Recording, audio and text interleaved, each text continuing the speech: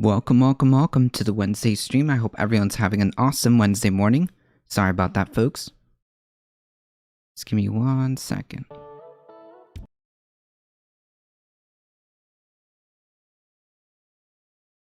All right.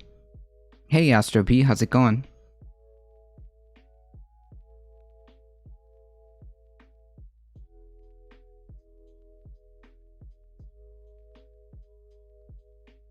First and foremost, I want to give a thanks to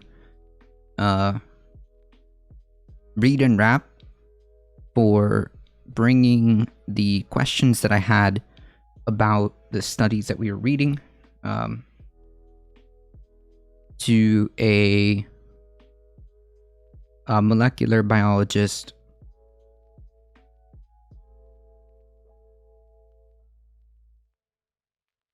I really appreciate that.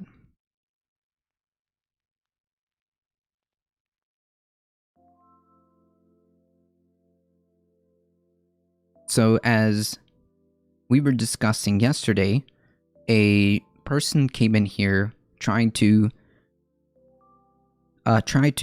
make the argument that the Pfizer vaccine wasn't their studies weren't completely done, and their studies weren't completely done. However, after giving that study to a person who actually does this kind of stuff, a molecular biologist, they determined that my assessment was more or less on the right path, and I should have gone further. And saying that the data was so good. The data was so good that the FDA was comfortable giving authorization. That's it. That would have been the correct add-on to what I was saying yesterday. So I just want to make sure that I make everything crystal clear. The study that was being presented to us was indeed the actual original trial from Pfizer, and it was great. It was so good that it was enough for the government to be okay with it. Good morning from Texas. Soon to the world's first admitted trillions. What does that mean? It's another Flint crisis in Benton Harbor, and they have to use water bottles. Yikes! Tendera, can you send me that? You were being troll potted, probably, but I'm going to assume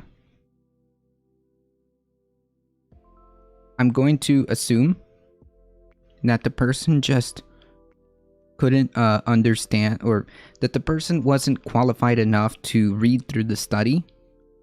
That being said, I'm not going to put myself on that pedestal either.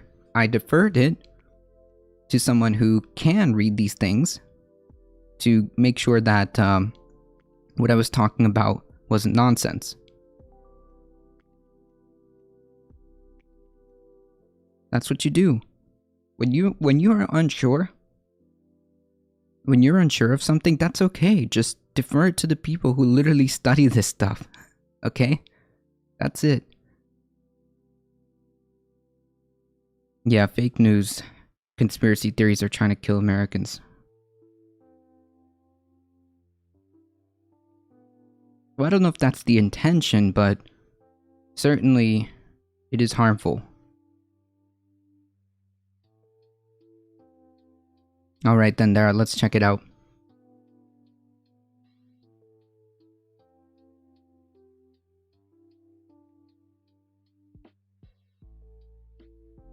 Oh man. The Benton Harbor City Commission has proclaimed a state of emergency amid a lead and water crisis, which state officials last week promised all hands on deck approach after 3 years straight of lead safety violations. I mean, at this point, I think that the best thing that we can do is, just simply upgrade all our water lines, to make sure that there's no lead in them, because this is unacceptable. Hey, Skidded Deer. I won't lie, my predisposed knowledge of mRNA development was pretty pinnacle in my resounding support. It wasn't thrown together, its years of innovation finally having a breakthrough. What? Peter Parker, how's it going? The outcome of this trash is terrorism as it kills people. Yeah, but I don't know, like, I don't know if that's the word I would use. A lot of these folks just don't know. They have, like, the Dunning-Kruger effect. Some people know what they're doing. Some people know that what they say isn't true. And, yeah. They would rather poison families to save money, so we'll always find out more. They knew more than they say. Yikes. Menton Harmer's predominantly black. Yikes.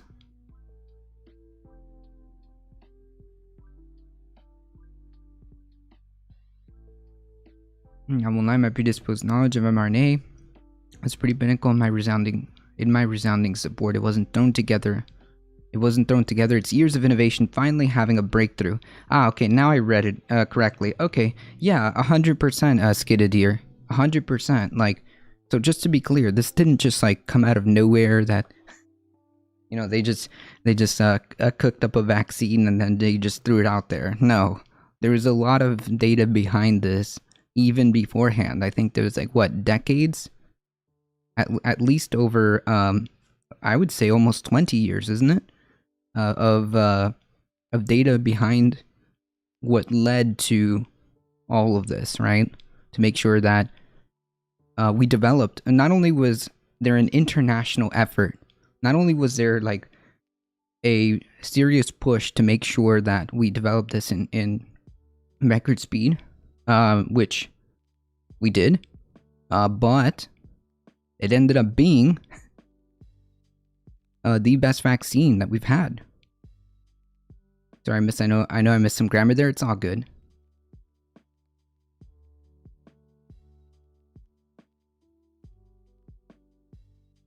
Unbelievable.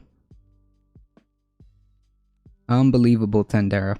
I mean, this has been a reoccurring crisis in Flint, Michigan, unfortunately.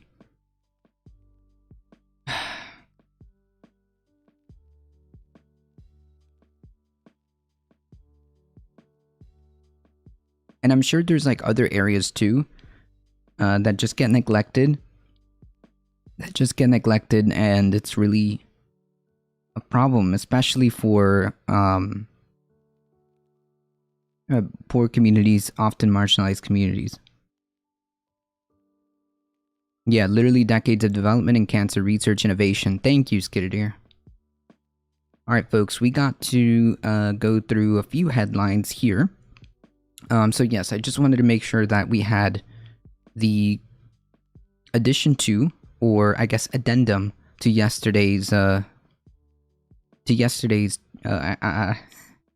person who came in here thinking that they had a gotcha.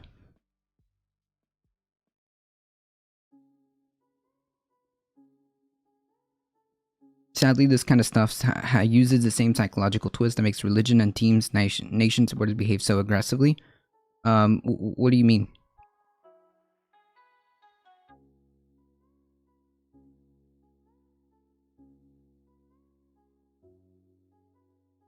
Alright, folks. We've got to run the gauntlet. Let's do it.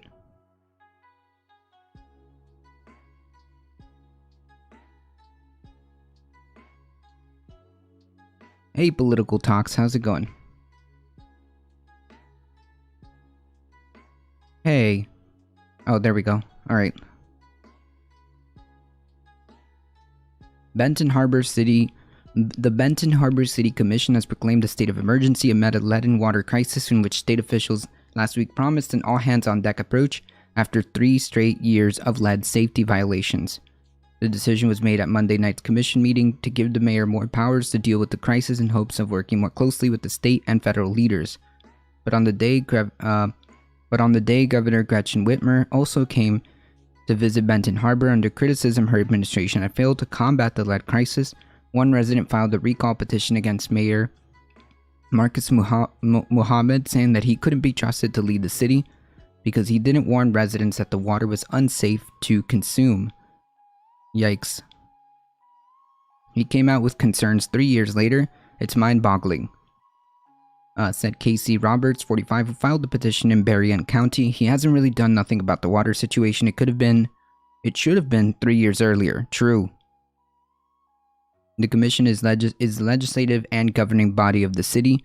The emergency authorizes Muhammad to work full-time to lead the city during the crisis and working with state and federal officials and establishing a community response team to meet at least once a week. Yeah, I mean, clearly that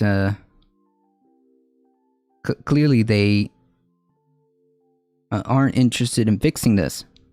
Muhammad could not be reached for comment about the recall petition. He said earlier at an afternoon news conference with some city leaders that Whitmer came to Benton Harbor because she wanted to listen and she wanted to learn. This gives the city of Benton Harbor another layer of action, working with the Office of City Manager, working with clergy, and working directly with state officials. Oh, okay, but like, I'm hanging in there. They thought they had a gotcha on the ADT, the GOAT of all time. Ladies and gentlemen. The GOAT of all time, ADT. Wait, I should have used this one. Hold on, folks. For the memes. Please clap. I'm hanging in there. This is exactly like Flint. They never warned, even though the governor knew, and now they will have lifelong health problems. My ex went blind in one eye because of Flint water. Jesus Christ. Unacceptable. Reverend Edward Pinckney, the president of the Benton Harbor Community Water Council activist group and critic of Muhammad, said that while he supports the emergency declaration, the mayor must go. We can't afford 3 more years of him. He's not really doing anything. It's really the governor who's coming in, and the only reason she's doing it is because we filed the petition with the EPA to secure safe drinking water for Benton Harbor. Imagine having to fight. Imagine having to fight for drinking water. Holy yikes. Nothing's being done because of him. Nothing. He might like to take credit for it, but that's not reality. Whitmer made a surprise Tuesday visit to Benton Harbor to meet with residents and local leaders, following up on last week's promise by Lieutenant Governor Garland Gilchrist that the state will find millions of dollars needed to replace lead service lines in 18 months, calling it an appropriate escalation. I mean, like, again, this has been, according to this article, years in the making and has yet to be replaced or dealt with. I mean, like, one of the basic things that people need is water. I know, it's a shocker. It's a shocker. But it turns out people need clean, drinkable water. I can't believe that no one leaked this information 3 years ago if it wasn't leaked. Well, I think they were talking about it, and I think that the residents and the folks there have been asking for this for quite some time, and that guy, that mayor, promised to get it done, didn't get it done, and now they're in yet another crisis, it seems. Correct me if I'm wrong, but I think that's the chain of events there. We are surrounded by the freshest, biggest waters, but we get shit water. Yikes.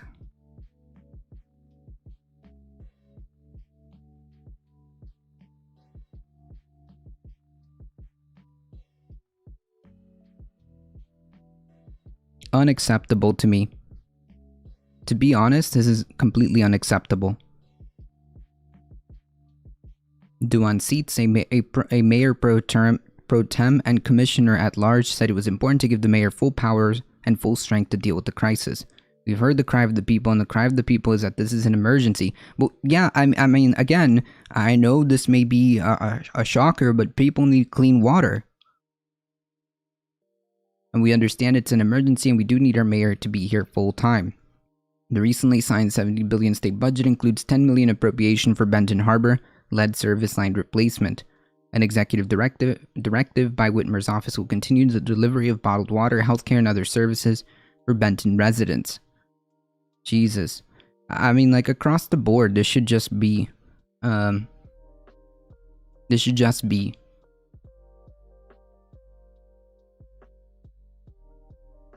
is a failure of leadership.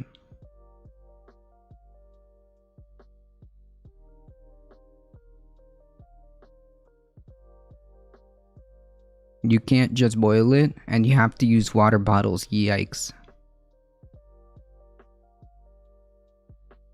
Yikes.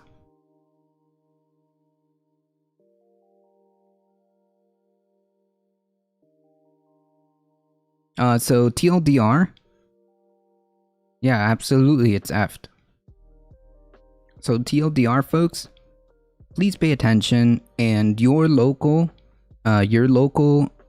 council, city council, mayor, state representatives, all of these things matter, okay? So please pay attention to who's running. Please pay attention to what's happening in your local politics, because it does make a difference. It does make a difference.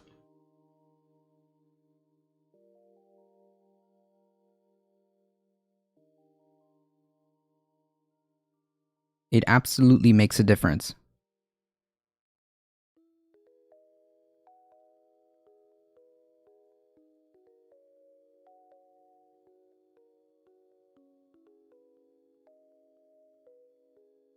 In a statement, Whitmer called on Republican state legislature to fully fund lead service line replacement with an additional $11.4 million to meet the deadline for 18 months. Every Michigander deserves safe drinking water. Today I visited Benton Harbor to hear from community leaders doing the work on the ground and residents living through water challenges every day. Our work will build on the executive directive I signed last week and pursue an all-hands-on-deck approach to protect access to safe drinking water right now and make lasting investments in water infrastructure. Yeah, things that should have been done years ago. You think there's something in the infrastructure bill for Michigan pipes? Well, supposedly from the Build Back Better plan, there is there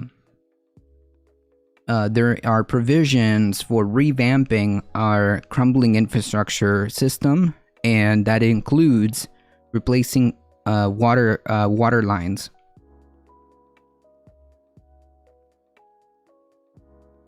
So there is provisions in the Build Back Better plan for replacing water lines. I don't know if that's like specific to certain states or whatever. It was kind of like a catch-all. We need to replace all the water lines, which is true. Anything that involves lead pipes need to be replaced.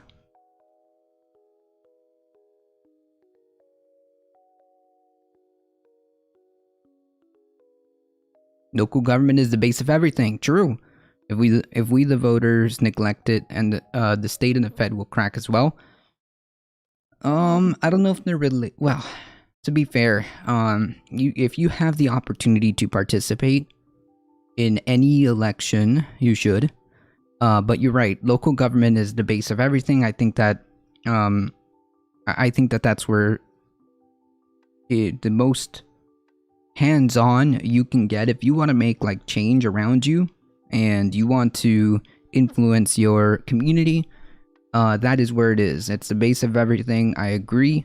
Don't neglect it. They had these pipes for a while, but they also had things for roads for nearly a decade, and nearly all of our bridges are on the brink of collapse. True. Ironic, the local elections where your vote counts the most has the lowest turnout and might affect you the most. Yeah, I know. I have a feeling that like people in general just have like this preconception about elections that depresses the turnout so much. That people just don't want to show up, and they think that they have this preconception that if like, oh man, if the federal government and the state legislatures don't even listen to us? Like, why should I even care who's in my city council or who's my mayor? They don't do anything anyways. I don't know. I think they have a misconception of how important or just how much your local elections matter. Lansing mayoral election had a 9% voter turnout. 9% elected a mayor in that.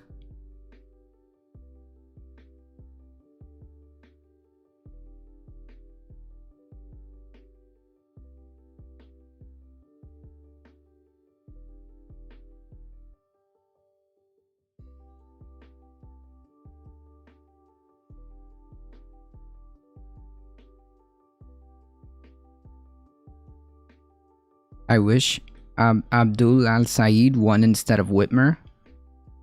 Less than 20k votes in the city of 240,000. It almost suggests to me that anyone could be mayor. True. Gretchen kind of ran on the whole better roads, better Flint kind of thing, and it got her elected. Yeah, because that's what people need, and especially clean water.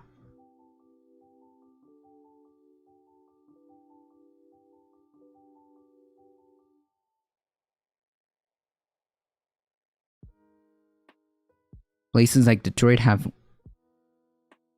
and Flint have wealthy mayors. Yikes, the majority believe that the only way to get change quickly is through the state and federal governments, ignoring the fact that local governments are often put in charge of making change. Yeah, I think that, I think there's an argument there, to be made there. Gretchen also had a battle against the Republican majority Senate and a House. So nothing is being passed in an effort to sabotage. Yikes. Detroit City Council just got raided by the FBI. Yikes. Yikes.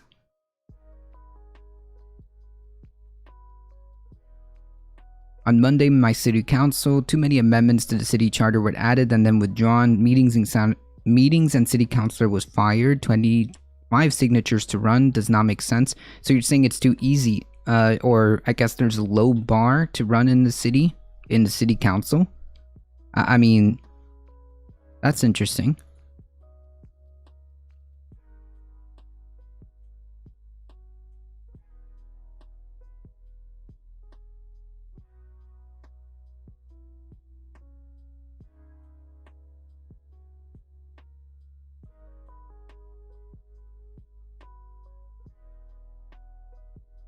That's interesting.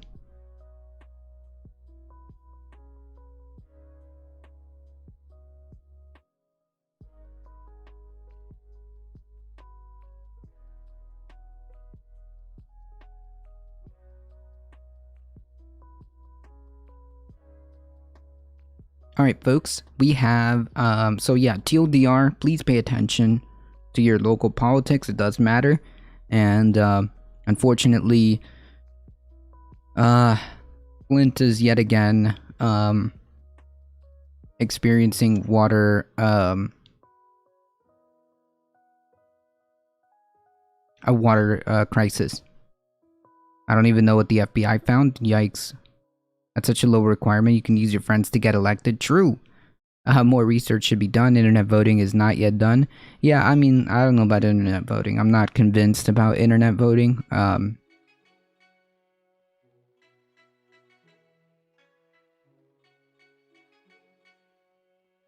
There may be a world where that can work, but I don't know. I'm not convinced. I'm not convinced. In very cool news, very fair, very healthy,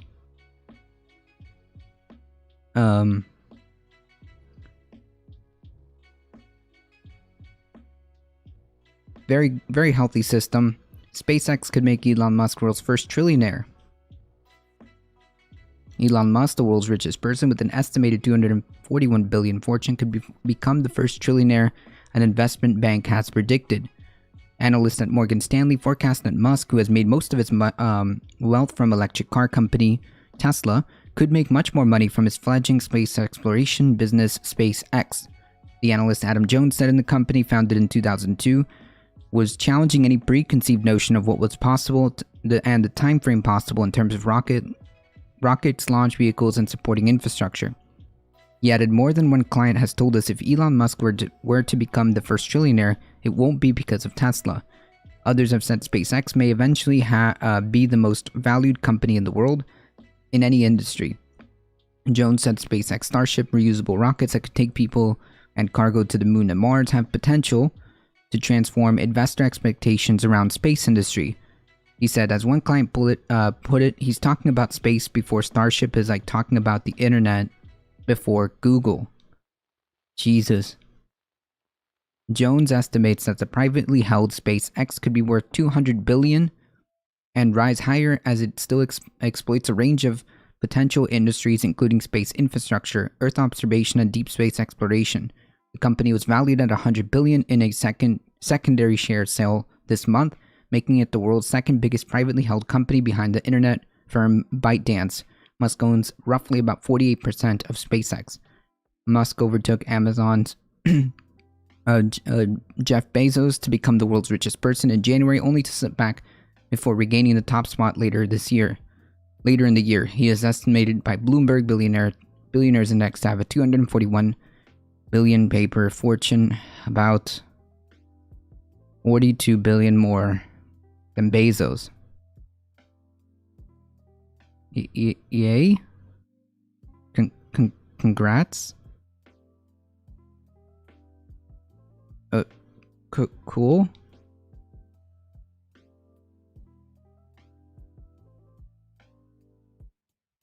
Yeah, because that's what we need.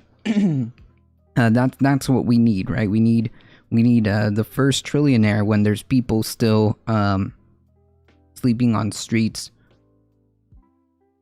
Wait till he makes money colonization of worlds. I don't think we're there yet, but yeah, he can unequivocally get effed.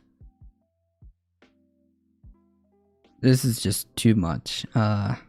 Unsustainable. This isn't good news, just to be clear, okay? This is an illustration of the absurdity of where we're going. That's what this is. This is a perfect illustration of the absurdity of where we're going.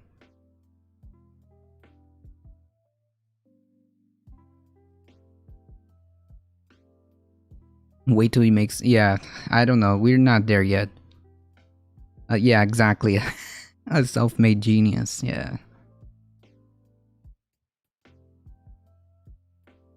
I watched a video last night. By 2030, SpaceX will be landing people on both the moon and Mars, if not sooner.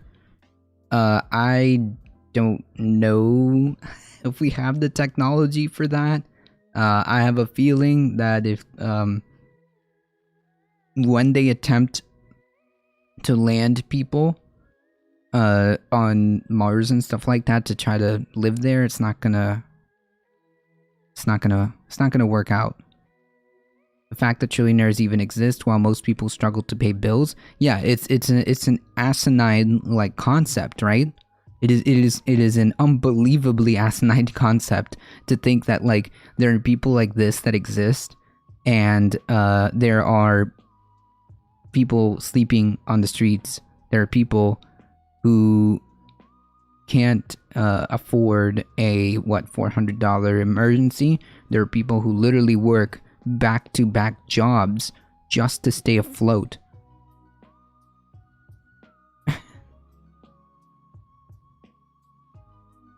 $60K die a year because they can't afford health insurance. Top 10% on 89% of the wealth. True.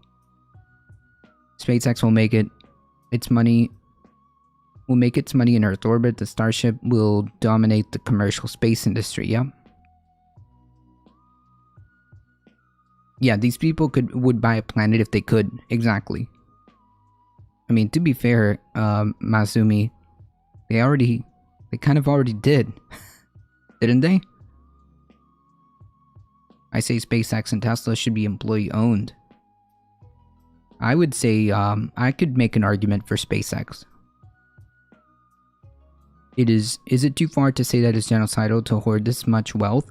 I don't know about genocidal, but it's definitely unethical. It's definitely amoral to it's immoral to have all of this wealth and all of this influence and all of these resources while there's still people sleeping on the streets, while at the backs of his employees who he has been known to break strikes and to disincentivize unionization. He was just right up there with Amazon in their efforts to make sure that unionization is not even on the table.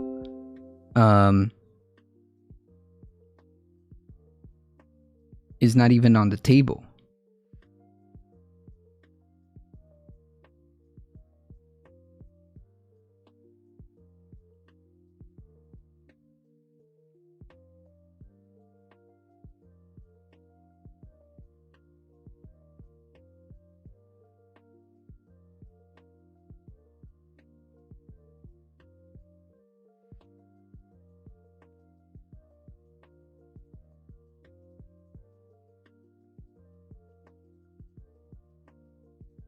Where are the articles about moral hazard of wealth?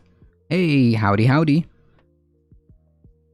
I just hope the materials found in space will be used to better humanity rather than his companies. Well, that's the problem there, political talks. That's not how any of this works. The only thing that matters is Elon Musk's pockets. He's not there to better humanity. He doesn't care. The only thing he cares about is what's in his bank account and what's in his pockets. The one factor of the move to Texas, the fact that Texas is so unfriendly to union, the right to work, my ass. Yeah, true. Yeah, exactly. Seriously. Ha, I see what you did with your username. Seriously? Is that the play on words there? Yeah, no, he's not there to better humanity. Sorry. Okay, so hold on, I got a dab. And I also owe Alio a cute animal video, so we'll get to that one after this article.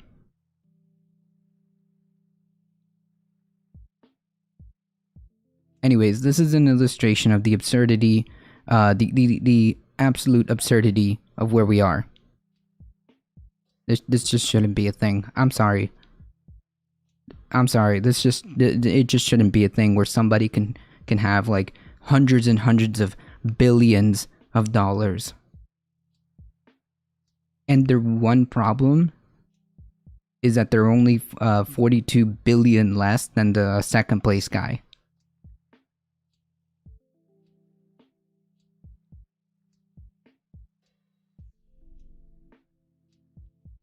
Oh, I see.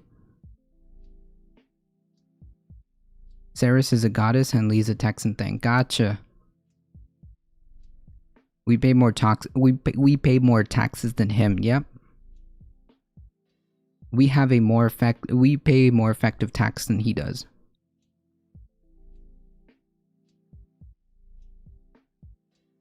Anyways, unsustainable, absurd, shouldn't be a thing.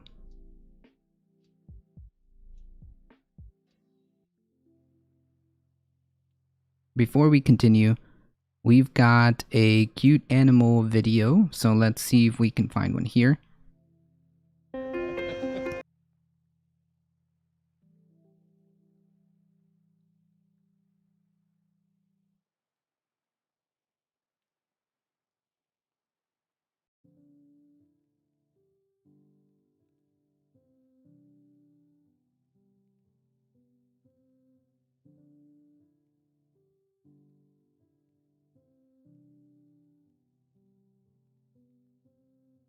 Okay, this might be cute. Whoa.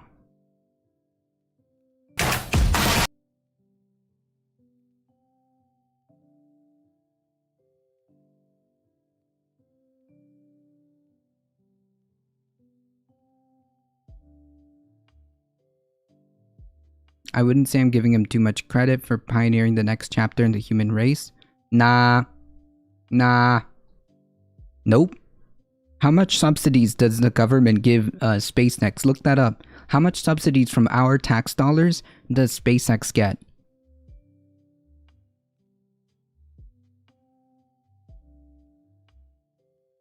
But I see that having him having this much wealth while people starve is unethical. 100%.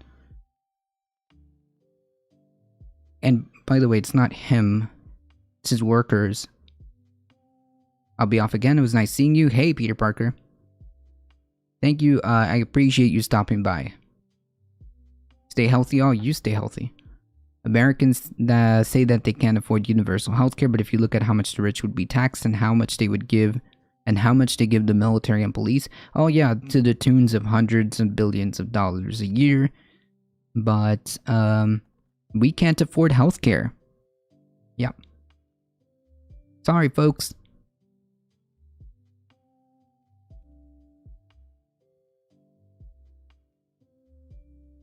This one's for Alio here. Thank you, and I'm sorry I didn't do it yesterday. Often. And we got curious, what is she doing? Where is she going? What were you doing?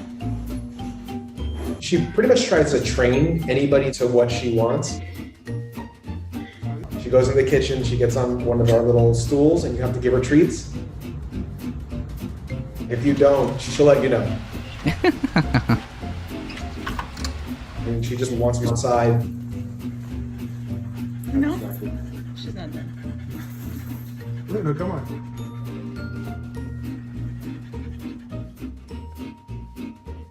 So we bought her a GPS. I'm sorry. I'm just fascinated by this. This is what you do? The U.S. is SpaceX number We one thought it wasn't customer. working, Interesting. So she's here in the house. She never leaves our property. Leave, yeah. One day, I went out to get a package and I realized that there was just a love explosion going on our porch. So cool. Wait, no, we is a lot of people. Nobody's going to the stars except rich people, okay? We is a lot of people. Are you Jeff Bezos? Are you Elon Musk? Are you wow, what's that other guy's name? Branson? Richard Branson or whatever, the guy from that starship, the Virgin Starship or whatever? Are you any of those people? Don't even like see your you think that they'll give you a spot? You think that they'll give you a spot? Do you think that they'll give you the ability to go to the stars? The only way you'll get an opportunity, and this is Elon Musk's words. This is Elon Musk's words, not made up. I didn't put words in his mouth. But he would be fine with basically feudalism, to give people essentially that they would have to work for him in indentured servitude to be on Mars. He would be fine with providing people the ability to go to Mars in an indentured servitude, just like they did in feudalist times. I have Crohn's disease, so I know they ain't giving me it right. It's not because you have Crohn's disease, my friend. Doc Binwin. How's it going? Thank you for the raid. With a party of 13. Doc, how's it going? Yeah, they're not giving us any a ride for sure, and it's not because you have Crohn's disease. It's because you're not one of them, and you will never be one of them. You will never even get close to being one of them. Political talks, okay? Just to be clear. Furthermore, the only way any one of us would ever be going to Mars or anything like that is on indentured servitude, according to Elon Musk. So hard pass on that one.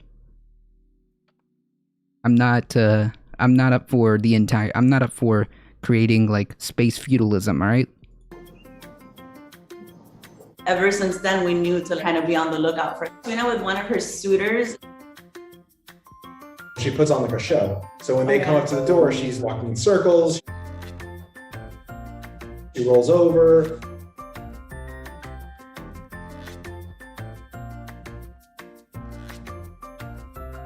She has Aw, different this is moves. cute. She has one that we call the tail helicopter. And she slams against the wall.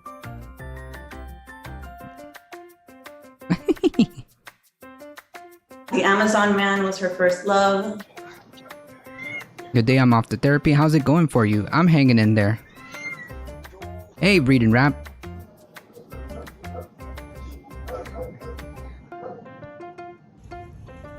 Oh no, Tuna, Kitty. you missed the delivery. Definitely think that with the pandemic and just how difficult things are in general, the idea that for the drivers, I'm sure it's like a little bit of a Aw. break, a little bit of joy. Yeah, I hope it makes their day. Hopefully it's like a little I love being therapy different from the session anyways. I for prefer them. Earth. True. Well, to your point, political talks, we should probably focus on making this planet habitable. No, I'm gonna be a billionaire. You just wait. It will happen. We're all future billionaires. We just gotta grind. That's right. Memo for the record. That's right. We're all just temporarily embarrassed billionaires. You're right. I'm sorry. Reading rap, by the way. Thank you so much for pointing me in the right direction and pointing me to a fantastic content creator who was very educational. Thank you.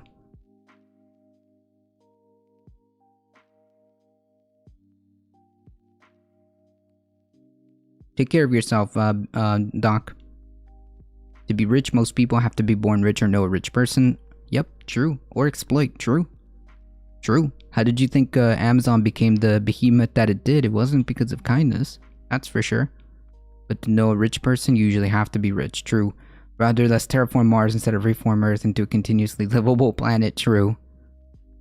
F this rock. Musk says passage to Mars will cost about the price of an average house in Austin. That's $500,000. Yeah, and he's willing to subsidize that through indentured servitude. Space feudalism, yay!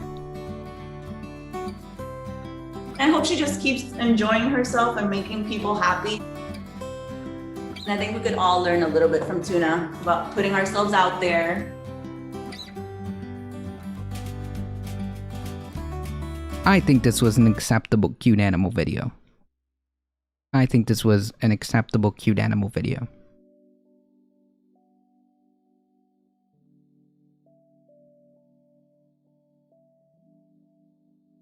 Howdy, howdy. So we're trusting rich people to get us to another planet because they ruined Earth? Yeah, that's a great point. But people will die on Mars. Unironically, I am worried about the initial attempts to like do space colonization, because I don't know if we have the technology quite yet.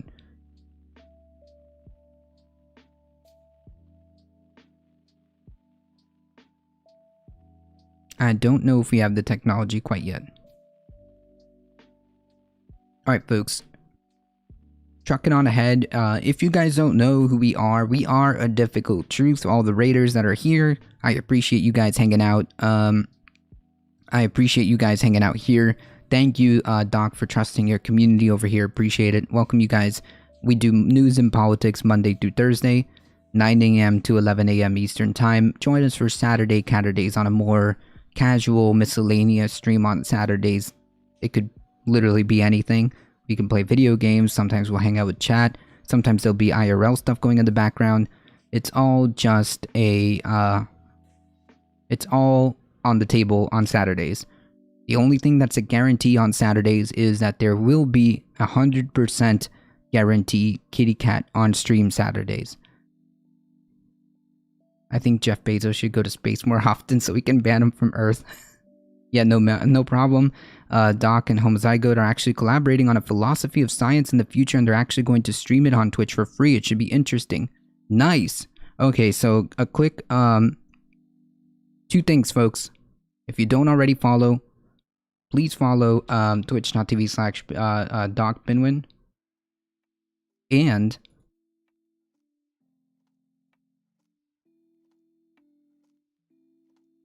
Twitch. Let's see if I can do this.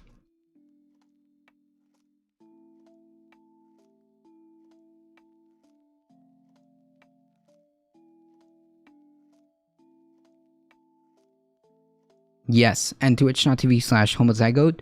They are going to do a collaboration, and Homozygote is a aspiring or in the process of getting their PhD from molecular biology, if I got that correct. They do very educational content, especially when it comes to what's been going on with the pandemic and things like that, reviewing scientific studies and stuff like that. Very informative. An actual person who knows what they're talking about, not just some bobblehead on the internet like me. So please, when in doubt, defer to the experts, and this person is certainly on their way. Thanks, seriously, you do good work. Thank you, appreciate that. Thanks for the shout out, of course. Thank you for pointing me to their channel. Appreciate that.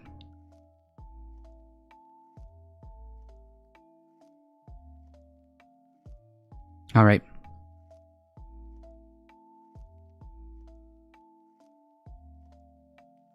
Trump told Senator Tommy Tuberville to protect yourself right before the riot on January 6th. Interesting. Alabama Republican Senator Tommy Tuberville says former President Trump urged to protect himself on January 6th as Trump's enraged supporters made their way towards the Senate chamber. Again, but I thought this was some kind of tourist, just a regular tour. Very normal. Nothing happened here. Weird. Why would anybody need to protect themselves? Tuberville's retelling of the story was first reported in a profile of the senator in the Washington Post on Tuesday. President Trump mistakenly called Senator Mike Lee of Utah on January 6, prompting him to hand his cell phone to Tuberville. He says he can't even get his senators correct. Prompting him to hand his cell phone to Tuberville in the Senate chamber. Their conversation took place after Vice President Mike Pence had been evacuated, but before the rest of the senators were whisked away. I know we've got problems, Tuberville says the president told him, protect yourself. Yeah, this kind of continues to break down the narrative that the right continues to push, that it wasn't a big deal. It was just a tour, like, you know, it was just a tour. Nothing happened. It was mostly peaceful. And all this other downplaying of what actually happened in January 6th. But here we have Trump telling this dude, hey, look, we've got problems. Protect yourself. Like, wait, what does that mean? Yeah, Trump basically said you're on your own. Right, it was Antifa. Sorry. You're right, Kalo.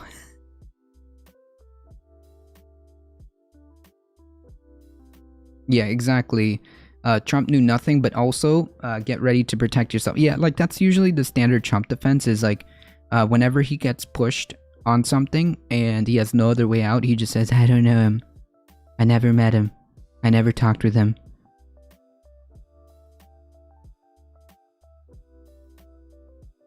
Right. Exactly, Tandera. Yeah, just barricading the doors with conference tables like you do with tour groups, right? Yeah, that happens all the time. You know, they break windows, they assault police officers. They like, yeah, this happens all the time. After being evacuated to a secure location with the rest of the body, Tuberville was one of a dozen Republican senators, all of whom intended to vote against certifying some of the state's electoral votes that huddled together in a storage closet. Yeah, imagine still voting this way. Imagine still intending to vote against the certification, which, by the way, this is all just symbolic. But Imagine still voting against the certification as you're being as you've reached as word has reached you that you need to, quote, protect yourself because this guy's supporters got really big mad. Big mad.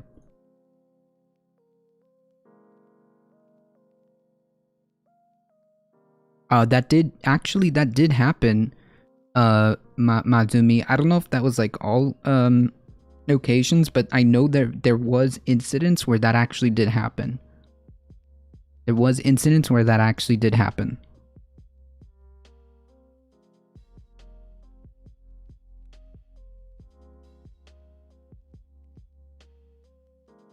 Imagine still voting against the certification of the of the election, despite in a storage closet, because you know this is totally normal. Senator Cynthia Loomis of Wyoming told the Post that the mood was very heavy, while Senator James Lankford of Oklahoma reportedly told the group, "We have to pull the country together." Yeah, okay, but the best thing that you could have done at that time was make a united front and say, like, yeah, all of this is A, not okay, and B, clearly instigated, perpetuated, fermented on the basis of a lie. Okay? We didn't just magically get here. This was months and months and months of steady and continuous lies, repeated that lie over and over and over and over again until it willed itself into existence, and people unironically thought that this is what they had to do, and where their last resort is to do this.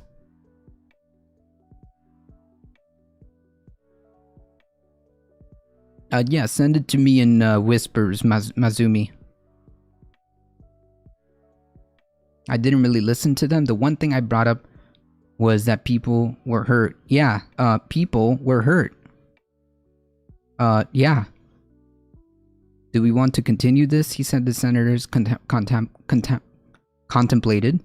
If there's not going to be a result we are looking for anyways. What result are you looking for? What? What result are you looking for? You're only there to just kind of do like the performative certification of the election. You're not there to... What result are you looking for? It's done. I wasn't voting for me. I was voting for the people of Alabama. President Trump has an 80% approval there. I told him I was going to vote how you want me to vote. What? What?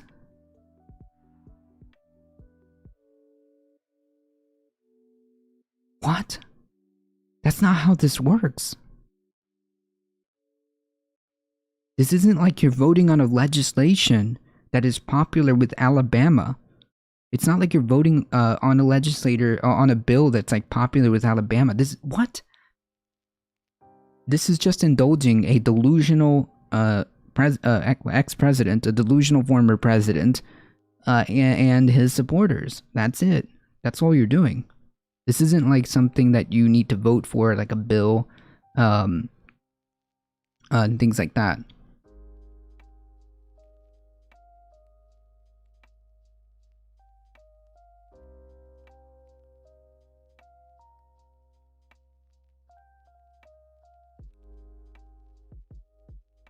Wait!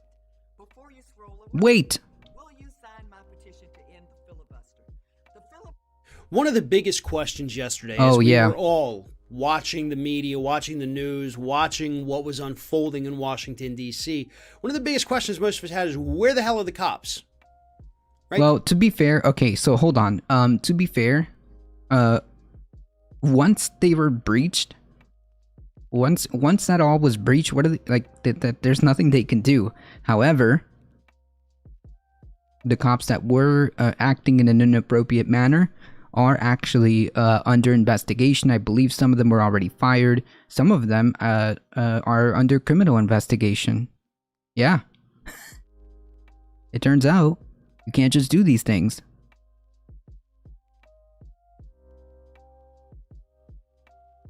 They were the ones in the Capitol? Oh, you mean like the cops that were off duty and actually stormed the Capitol? Those guys are also going to suffer consequences. I'm talking about Capitol Police. Capitol Police, like, once they were breached, they weren't just letting people in. But those who were acting unbecoming of a police officer were either fired. Some of them, I think, are under criminal investigation. So yeah, there's going to be consequences.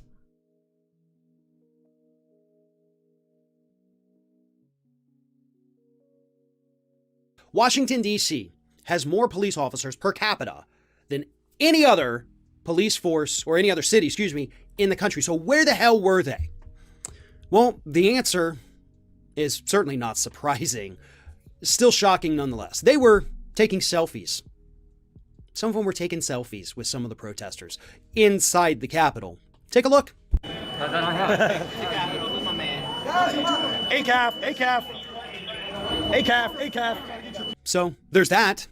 That's something that happened with those wonderful police officers who were supposed to be protecting the Capitol building, but allowed these idiots to go in there and break things, break windows, steal podiums, well, steal... to be fair, again, they weren't allowing them to do that. Their lines were breached. There was nothing they could do.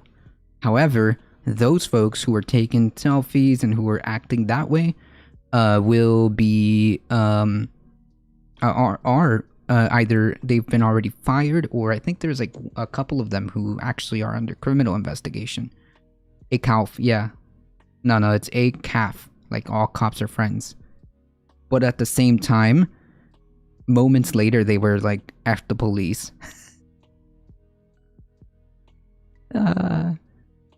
This investigation could be solvable in sweep of phone and email records, but they will spend years pretending to legally obtain it. Well, true. But also, you have people like Stephen Bannon, who are defying subpoenas and now are going to be held in contempt. So there's also like stonewalling from them too. We have Trump trying to hide records through executive privilege because he's totally innocent, and that's what innocent people do. So who knows? Who knows, Tendera? Mail, go through computers. One of them, a guy from The Blaze, actually posted a photograph of Nancy Pelosi's computer that was open to her emails. Yeah, that's true. God knows what else they got their hands on, and the cops are just sitting there like, hey, buddy, let's get a selfie. That's not even the worst part. It's not the worst part. The worst part is what happened at the very beginning. And that is when the police officers literally moved the barricades so that their good friends could make their way inside. Take a look at this. Police are squabbling with protesters. Oh, there we go. Wait. And they just... The lines were already breached. This guy up here, he was already behind the lines. There were people already behind the lines.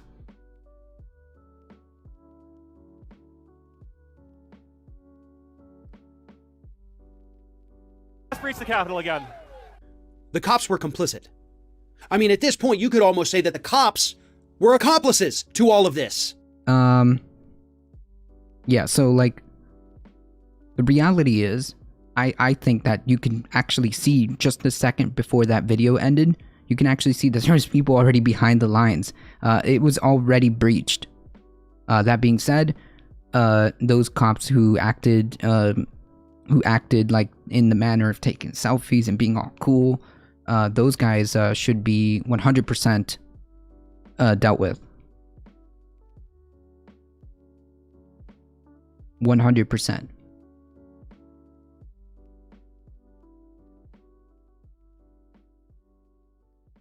That and this in the back entrance front, I believe, is already breached. Yeah, so I don't know that that's like the correct narrative. So a cop lice. They probably don't even know how to open an email, to be fair. True.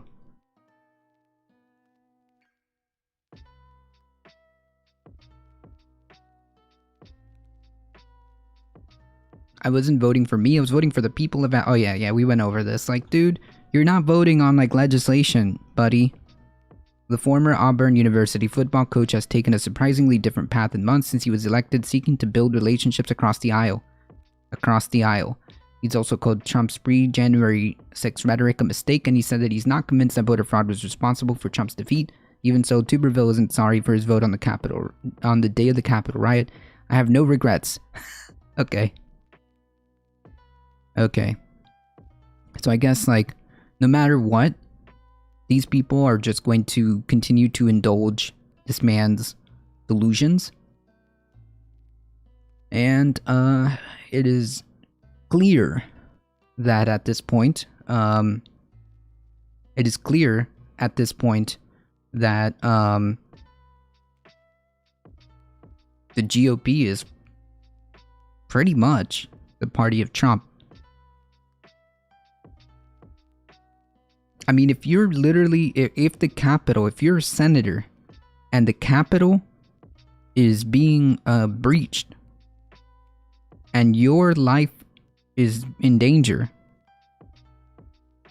and you still vote and you still entertain the dear leader's delusions, I don't know, man. It seems to me like a lot of the GOP leadership is just beholden to this guy. It looks at the crowd sitting also like that was a crane to lift a giant pair of truck nuts.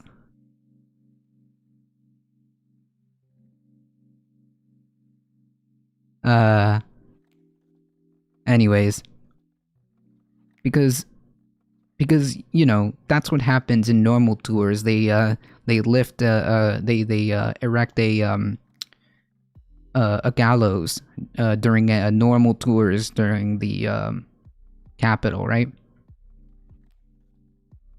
The ones that voted to overturn it are scared of Trump supporters. The Trump supporters think that they're strong, right? It's that they live in like this how do I say this? Double think.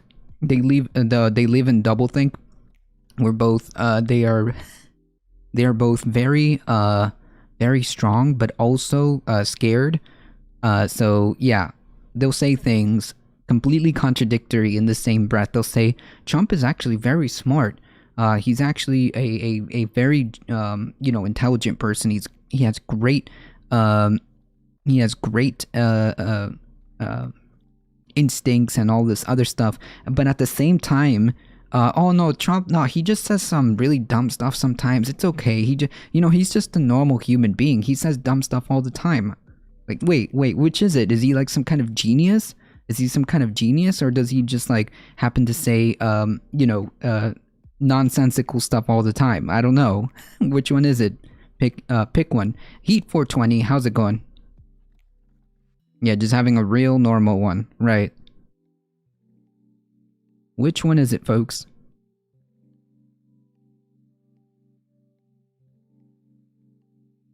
Anyways, nice meme. Even as the Capitol gets breached, this dude can't bring himself to do the right thing. Trump does know how to pander to his supporters, true. That he is actually excellent at. Right. It's just unbelievable to me reading rap. It is still indeed morning. It is still indeed morning.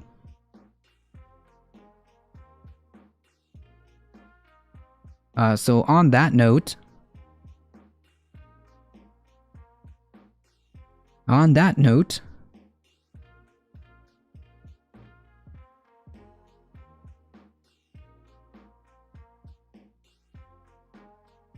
January 6th committee recommends Trump advisor Steve Bannon to face contempt charges.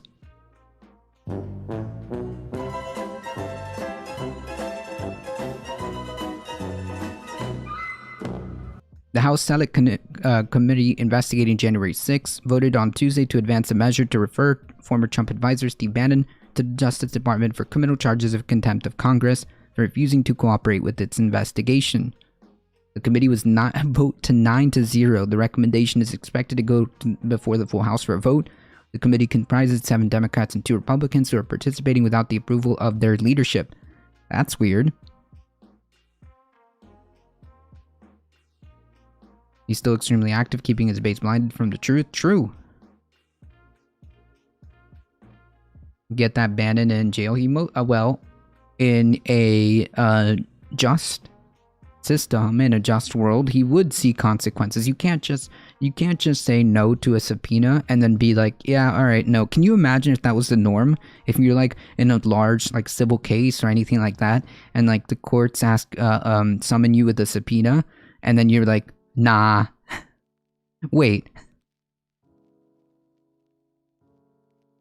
Recommends? Yeah, because it has to go through the whole House, and then they'll be referred to the Justice Department because the House doesn't enforce any of the any laws. The House Majority Leader Steny Hoyer said that the full House will take up on Thursday, which is tomorrow. If it passes the House, a criminal referral would be sent to the U.S. Attorney in Washington, D.C., which would decide whether to press charges. A conviction would mean a year in jail, up to fine, and a fine of up to $100,000. In the past, no criminal charges have ever been filed when an assertion of executive privilege is involved. Yikes. This committee chair, Representative Benny Thompson, said in his opening remarks that it was shocking that Bannon refused to cooperate. Wait, why was it shocking? Wait, why would that shock you? It's a shame that Mr. Bannon has put us in this position, but we won't take no for an answer. We believe Mr. Bannon has information relevant to our probe. Yeah, especially after his comments the day before. It's for his greasy hair. Yeah, the comments the day before January 6th were deeply disturbing and imply that this guy may have known something more than he is leading on to. This guy may know or may have gotten word about something that was about to go down the next day. He also famously on his radio show, his radio talk or his whatever, wherever he is right now. I think he's like a radio, he's doing a radio show. Anyways, he was saying just blatantly that he had a plan to, and these are his words, not mine in any way, shape, or form. These are Steve Bannon's words, that he wanted to, quote, kill the Biden presidency in its infancy. Yeah, I think his testimony would be absolutely relevant to this. I expect that the House will quickly adopt this referral to the Justice Department, and the U.S. Attorney will do his duty and prosecute Mr. Bannon for criminal contempt of Congress. Yet our goal is simple. We want Mr. Bannon to answer our questions. We want him to turn over whatever records he possesses that are relevant to the Select Committee's investigation, and the issue in front of us today is our ability to do our job. Here's the thing. You can probably just go through the records of his radio show or his internet show and basically get all of it that you need, because it seems to me like he's very open about this. Why can't they do anything? What's the point? Well, the thing is, Tendera, I think that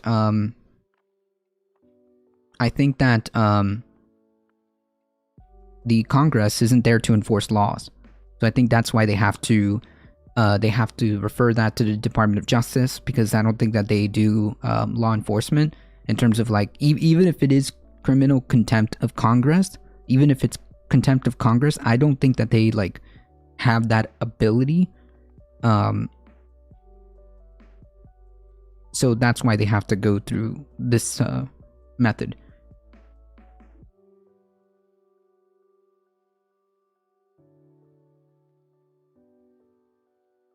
Bannon refused to comply this month with a committee subpoena, demanding that he testify and hand over relevant documents about the riot in the effort to delay the electoral vote count, citing former President Trump's attempt to claim executive and other privileges. Representative Liz Cheney also criticized Bannon in her opening remarks, saying that he has no legal right to ignore the subpoena. She called on Republican lawmakers to support the work of the panel, invoking a list of conspiracy theories that prompted many in the pro-Trump mob to storm the Capitol. Almost all of you know in your hearts that what happened on January 6th was profoundly wrong. You know that there's no evidence of widespread election fraud sufficient to overturn the election. You know that Dominion voting machines were not corrupted by a foreign power. You know those claims are false, yet President Trump repeats them almost daily. Yeah, till this day. 11 months later. 11 months later, almost a year, and still continues to say the same thing.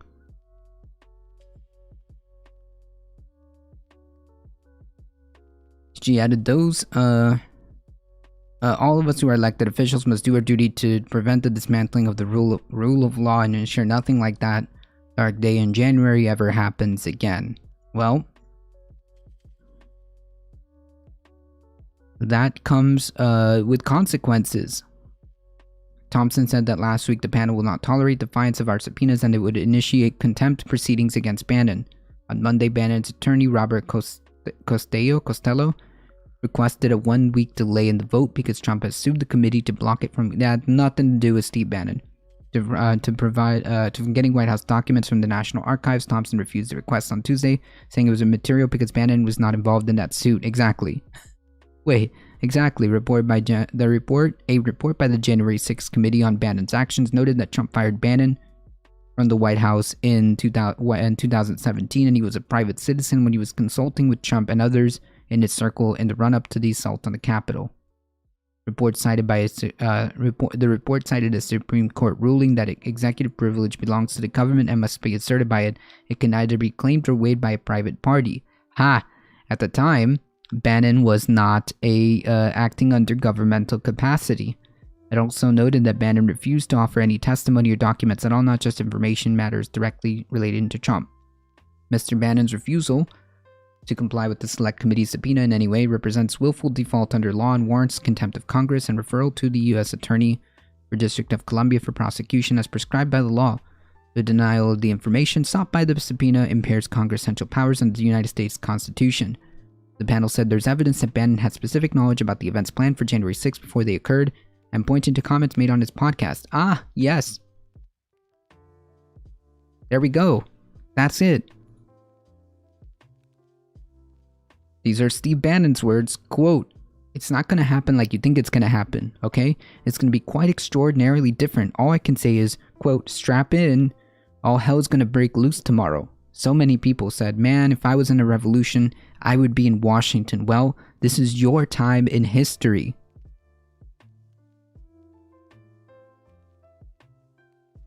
Steve Bannon.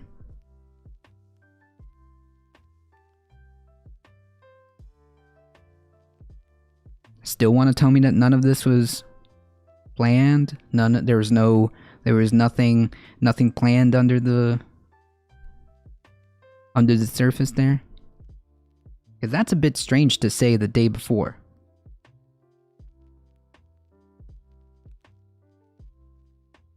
That's a bit strange to say the day before.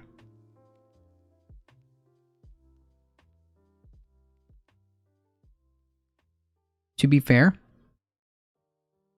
there's multiple online posts, not only on Parler at the time, Gab, and Facebook groups, insinuating that something would happen January 6th.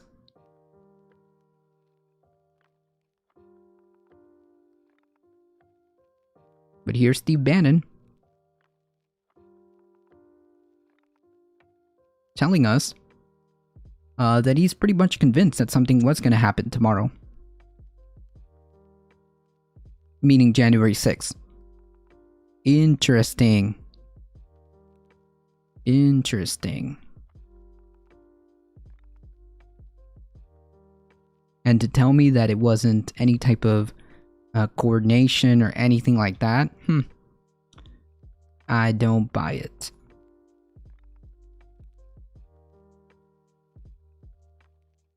I don't buy it.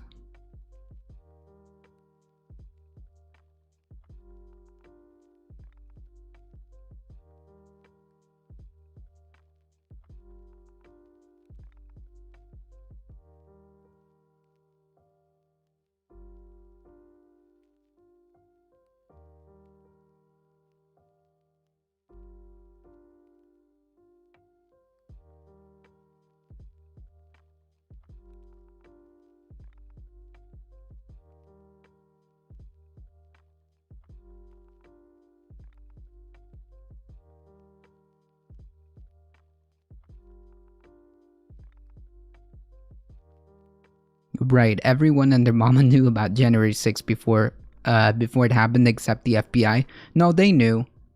They knew. They knew. The problem with all of that is that they unbelievably dropped the ball at every phase of that one. They absolutely knew. There was no way they didn't. In fact, they admitted so as such. They knew. They knew.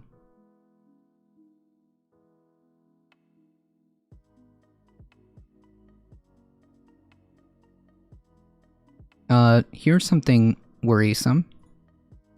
Trump ally and former journalist who says the 2020 election was stolen emerges as early frontrunner in GOP governor contest. Again, further proof that the GOP is just a party of Trump. Former President Trump's favored candidate for Arizona governor has an early lead in polls and a track record of falsely saying the 2020 election was stolen.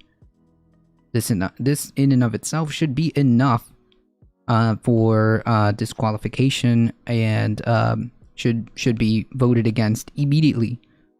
Carrie Lake, a longtime local news anchor, received Trump's endorsement in the 2022 gubernatorial race last month. She is strong on crime, protect our borders, Second Amendment. Like, are these just like all the buzzwords mixed into one? And will fight to restore election integrity, both past and future. Trump said in a statement she's against COVID lockdowns, cancel culture, and will end woke curriculum in our schools. Thank you.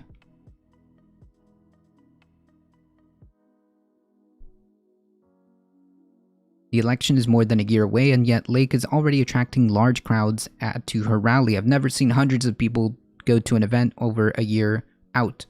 Tyler Montague, a Republican strategist in the state, told the Arizona Mirror about Lake's speeches, and the few polls of the race so far indicate that she's an early frontrunner for the GOP nomination to replace Governor Doug Ducey, who can't run due to term limits. Lake said Lake has described having children wearing masks as child abuse, and said that the COVID vaccine is a nightmare that will never stop, citation needed. She's also outspoken on belief that Joe Biden was not the rightful winner of the 2020 election. Yeah, this person is deranged, so therefore she's deranged and is the front runner for the GOP nomination. Just to be clear on how the GOP is going, just to be clear of how the GOP is heading and where it stands. This is it. This is it.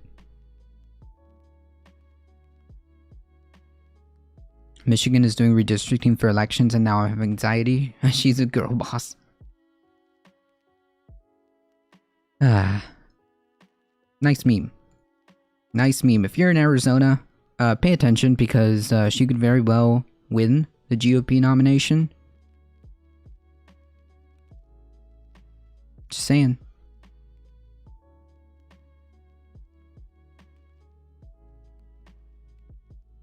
Here we have a totally normal, not unhinged, not deranged GOP person again. Seems to be a pattern, isn't it? Our culture today is trying to completely demasculate all of the young men in our culture. I mean, you can look at the testosterone levels in young men today, and they are lower than throughout all of history. You can look at the testosterone levels of young men today, and they've been lower than any time in history. Really?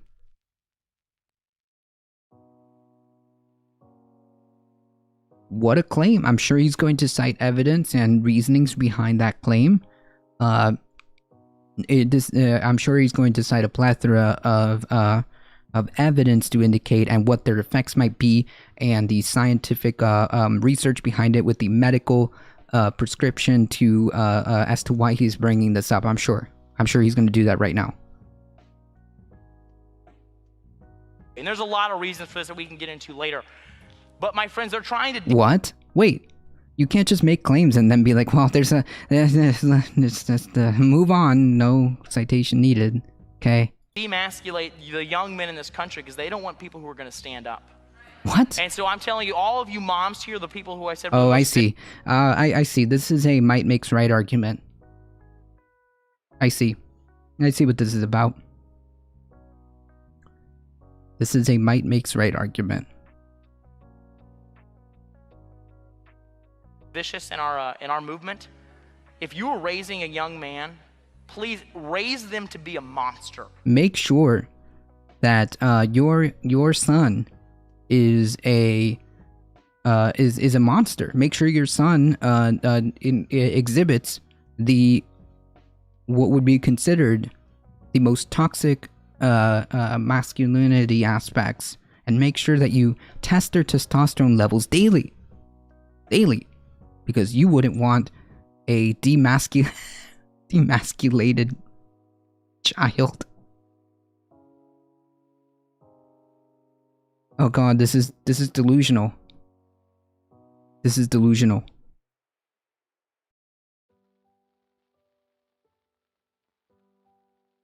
Like, he doesn't even understand how, like, these things work, right? Because, like, it's not about more or less. Like, your body has these levels to you, right? Because I have the testosterone levels that I need to be producing for me, for my body.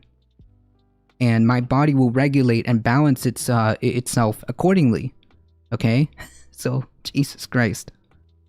We according to this delusional person, we need to be roiding up our children. Essentially. We need to be roiding up our children.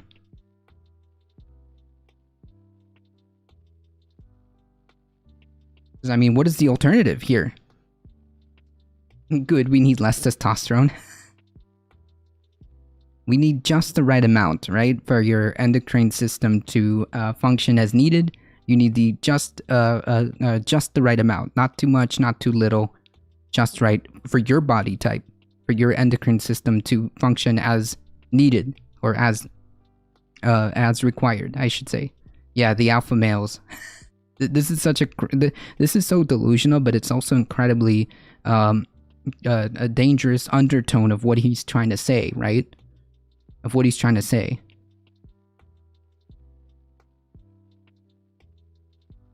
Raise monsters. Make sure they're all roided out by the time they're 15. Jesus Christ.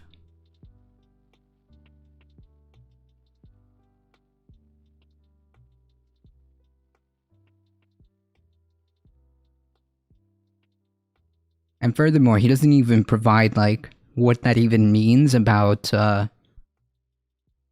demasculate young men. He doesn't really tell us what that even means. And again, what is historically low testosterone levels in young men? What does that mean? Do you have, like, a source for that? Why are you even bringing that up? Is there something you want to tell us? By the way, this person is an elected member of Congress, I would like to point out as well.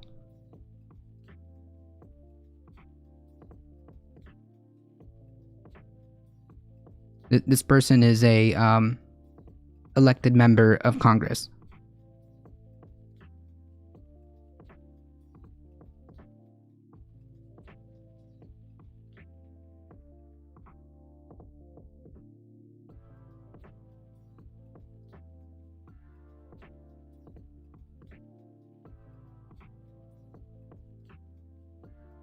Anyways, if you mess with human metabolism, there will be horrible medical consequences. Yeah, so like I said, what he's suggesting, Astro London, is for young, in his words, young boys to be roided out. Young boys. He's urging mothers to roid out young boys, so that they can be the, quote, alpha males. Did he need to lie about serving and then women came out about him assaulting them? I don't know, Thandera. I have heard that he's been accused of assaulting women. That I have heard. That I have heard. I mean, these people lie all the time, so it wouldn't surprise me. But yeah, this dude's cringe. This dude's definitely stepping on to far right, proto-fash, if not fash adjacent rhetoric, and he's an elected member of Congress, by the way. He's an elected member of Congress. Our culture today is trying to completely demasculate all. What does that mean? How does our culture do that? How does our culture demasculate people? So, like, culture isn't like a... Oh, wait, I'm sorry. He believes... I get it now. Hold on.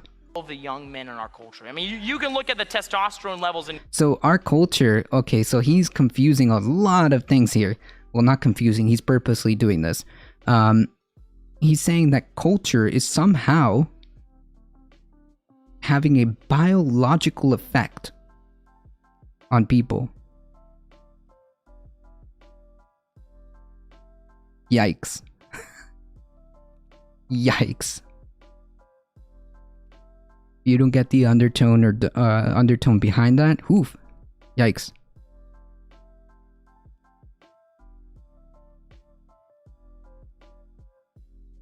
There are plenty of varieties in society. We don't need all G.I. Joes. Yeah, but to him, Astro, he's invoking the might makes right argument, and is like sprinkling it with some weird dog whistling about how culture demasculates men or something, some weird underlying weaving narrative that he's trying to make there. Is it like you have to assault a certain number of women to run for office? Why is it always looked over? I know, Dendera. That is a good point.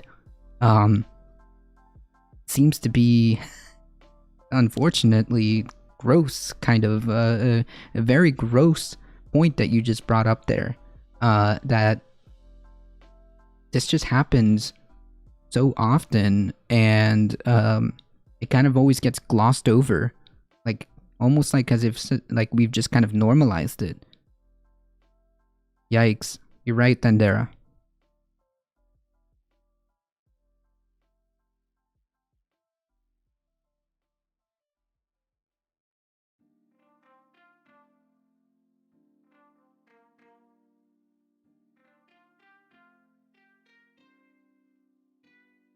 Not cool.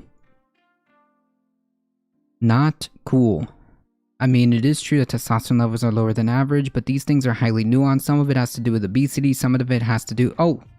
Dropping some truth bombs with actual knowledge. Some of it has to do with the fact that we're more sedentary. Part of it has to do with the fact that young men are more educated about knowing not to inject harmful substances like steroids. I mean... Attempting to explain what this might be based on the current findings, we would have to be pure conjecture, but this is what conservatives do. They take a legitimate find and then attach a huge bigoted assumption and leave logic, and then sprinkle something about the culture war. Yeah, there we go, Astro. I think we know exactly. See, you're catching on, Astro, to the underlying tone of where he's going. Interesting read and rap, but yeah, like the point is, like and furthermore, to add to that, I think what I was saying earlier, and you can correct me if I'm wrong, what I said earlier, like, is applicable, right? Like, you as an individual have a specific like balance of what your hormone levels are, right? And there's no reason for you to be like roiding up, right? Because it throws off all your hormones and messes with the endocrine system, which then turns into health problems down the road. Okay, so please do not listen to this guy advising women to raise monsters, and please don't listen to this guy. He's literally trying to propose the idea that we should start like roiding up kids, I guess. I don't know. Young men today, and they are lower than throughout all of history. And there's a lot of reasons for this that we can get into later. But yeah, a lot of reasons, as Read and Rap just put, that have nothing to do with the type of underlying tones that you're saying. Okay? Sometimes you just have to, like, listen to these things a couple times to really get it. To demasculate the young men in this country because they don't want people who are going to stand up. And so I'm telling you, all of you moms here, the people who I said were the most vicious in our movement, if you were raising a young man, please raise them to be a monster. Ugh. Raise... Cringe. Cringe. Cringe. But yeah, what you said is definitely true. Your balance of hormones are relative to your specific body needs. Exactly. I believe excess testosterone produces horrible effects on your organs like liver, kidneys, and heart. I don't know, but liver, because things have to get processed through liver, might make sense. And kidneys. I don't know. I really don't. Dak Apollyon, howdy howdy. Anyways. Cringe. Cringe. Mega cringe. Giga cringe.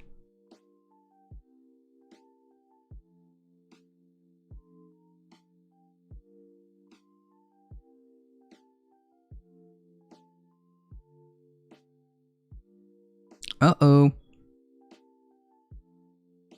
Uh-oh. GOP Representative Jeffrey Fortenberry indicted. Yikes. Republican Jeffrey Fortenberry of Nebraska has been indicted, the Department of Justice announced on Tuesday. The U.S. Attorney Office of Central District of California said in a press release that federal grand jury charged Fortenberry with concealing information about making false statements to federal authorities who were investigating illegal contributions made by a foreign national to the congressman's 2016 re-election campaign. Uh-oh.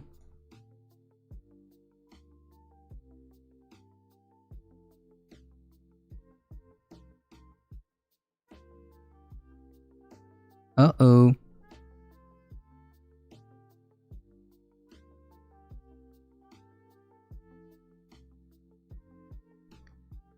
The indictment charges the congressman with 1 count of scheming to falsify and conceal material facts and 2 counts of making false statements to federal investigators. Yikes. The congressman has said that he did not lie to federal agency and has vowed to fight back. Fortenberry said in a video uploaded to YouTube ahead of the indictment being announced that about 5.5 years ago the persons from overseas illegally moved money to my campaign, but he said that he didn't know anything about this. Trump response. Typical Trump defense. The congressman goes on to say the FBI agents from California showed up knocking on his door about 2.5 years ago. I let them in my house, answered their questions, later we went back and forth and answered further questions. I told them what I knew and what I understood, and they have accused me of lying to them and are charging me with this. Yeah, okay.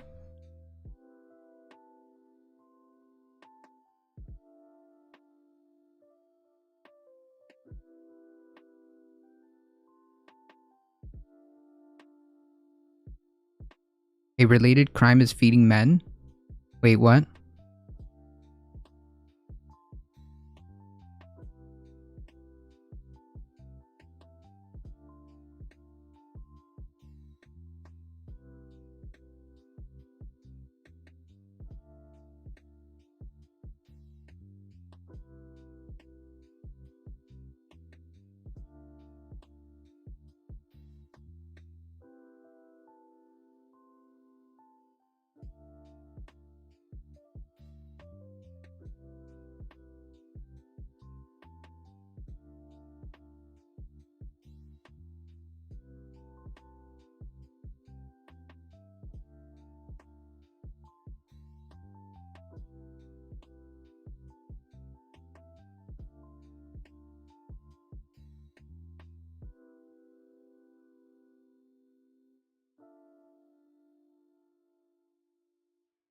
Oh, feeding, wait, what? A related crime is feeding men HGH, or human growth hormones? No, that's prescribed by a doctor. Wait, because if you're experiencing a imbalance when it comes to like your growth hormones, that's different. You need to supplement that so that you have a balance of hormones at that point.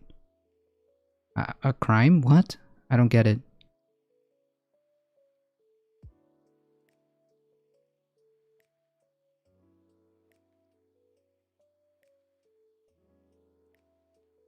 Where's Kal-El with the BP poo-poo when you need it? True.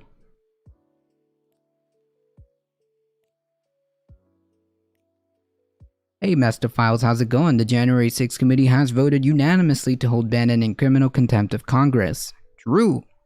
It's the first thing we talked about.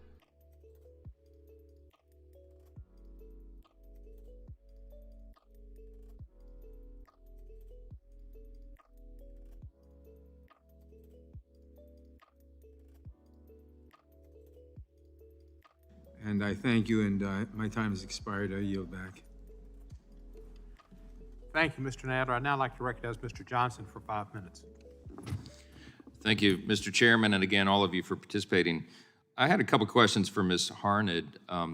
Is it your experience that most small businesses really do want to comply with the ADA? Oh, absolutely. And if you go into any business, Oh, I see. I shouldn't say any business, but the businesses I've gone into, the members I've talked to, you know, that's actually one of the questions I ask them because I know this area of the law is complicated. And they're like, oh, I I'm will up to put code. this Yes, in the end if we have time. Compliant. And that. I'm not sure what that even is related to. Yeah, people using it without a prescription for health reasons is definitely a problem. Yeah, and it's not good. If you mess with your you know, if you're trying to roid up, that has significant health effects. My phone just alerted me that Nicholas Cruz pleaded guilty. Yes, he did. He pleaded guilty to all 17 charges, I believe. If I'm correct. I think he just blanketed, if I'm correct. I think it was all 17 charges.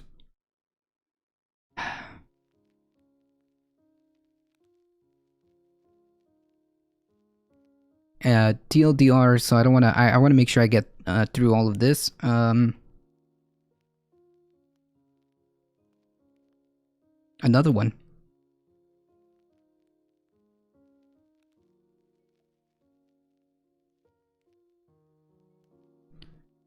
Hey, CDC study shows Pfizer vaccine is 93% effective against hospitalizations in 12 to 18-year-olds. So here we go. A updated information. Pfizer's COVID vaccine is 93% effective at protecting against hospitalization in 12 to 18 years old. The CDC said in a small study released on Tuesday, the CDC followed 464 patients from 12 to 18, spread across 19 U.S. pediatric hospitals from June to September, when the Delta variant was surging across the country. While roughly 72% of them have at least one underlying condition that increased their potential for severe symptoms, researchers found that 97% of those who ended up in the hospital weren't vaccinated. Sounds like the trend continues regardless. I think that's a very interesting thing to notate, that like this idea that COVID doesn't affect children, it's starting to really kind of fall apart, right? When we're seeing statistics that are almost identical, and especially within the age groups that are being studied, kind of makes you think, right? Kind of makes you think. Maybe the reason why it wasn't affecting children, or why we thought at the beginning that it wasn't going to affect children as much, is because, well, schools are closed. Most of them were home.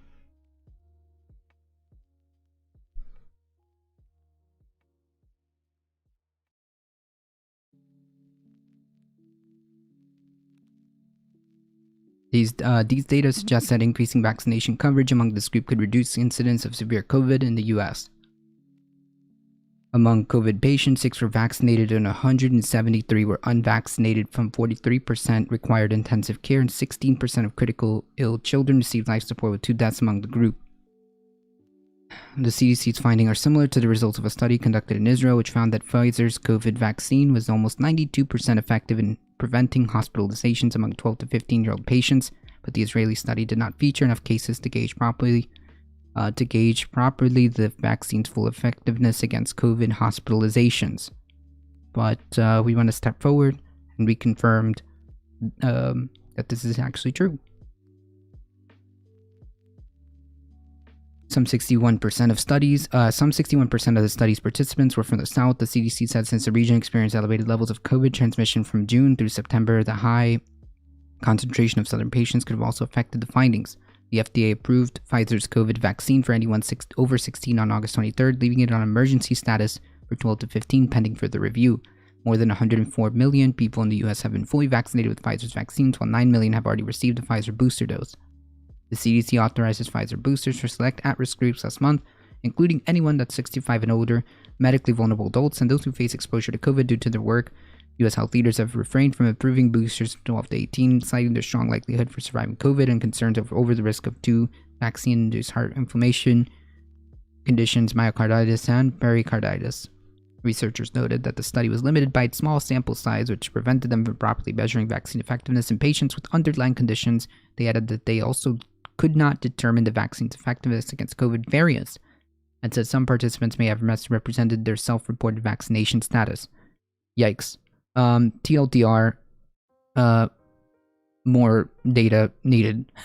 But, that being said, preliminary data does seem to indicate that, we're seeing similar stats in children and adults when it comes to hospitalization rates versus vaccinated and unvaccinated, which if this is the case, holy yikes, Batman. We're also seeing more or less similar effectiveness in kids for the vaccine as adults.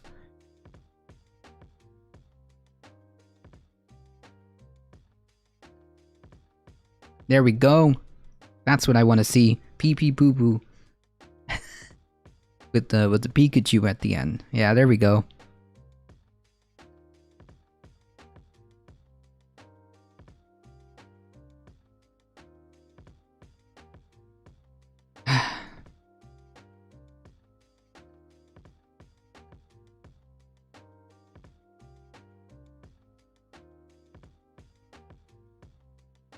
Biden discusses 1.9 trillion top line for economic package and tells Democrats free community college is out. Hey, it just keeps getting better, folks.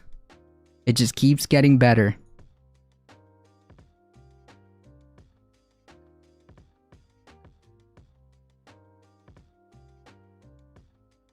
It just keeps getting better.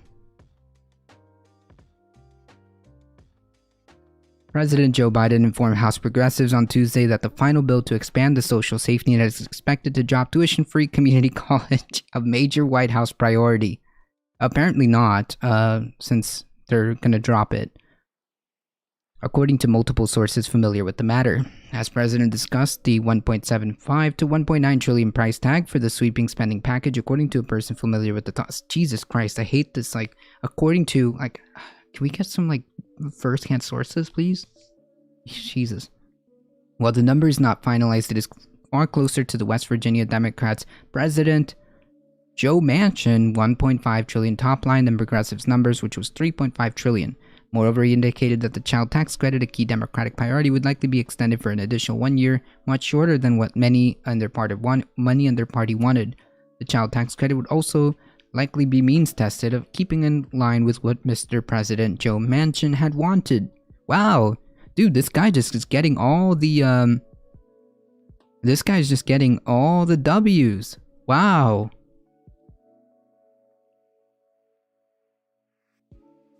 Gotta unlove the American politics, true. Biden also indicated to the group that they would reduce proposed spending for the so-called home care for elderly and disabled down to less than $250 billion. Sources said, jeez, Democrats wanted to keep the funding at $400 billion. So, Jesus Christ. Hey, cool. So they're effing the tuition-free college for folks, for college students. They're effing the elderly and disabled out of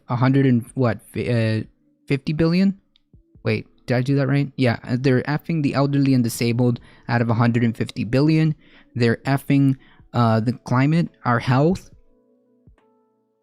by stripping out the clean energy protection program. they're effing working families by reducing the child tax credits.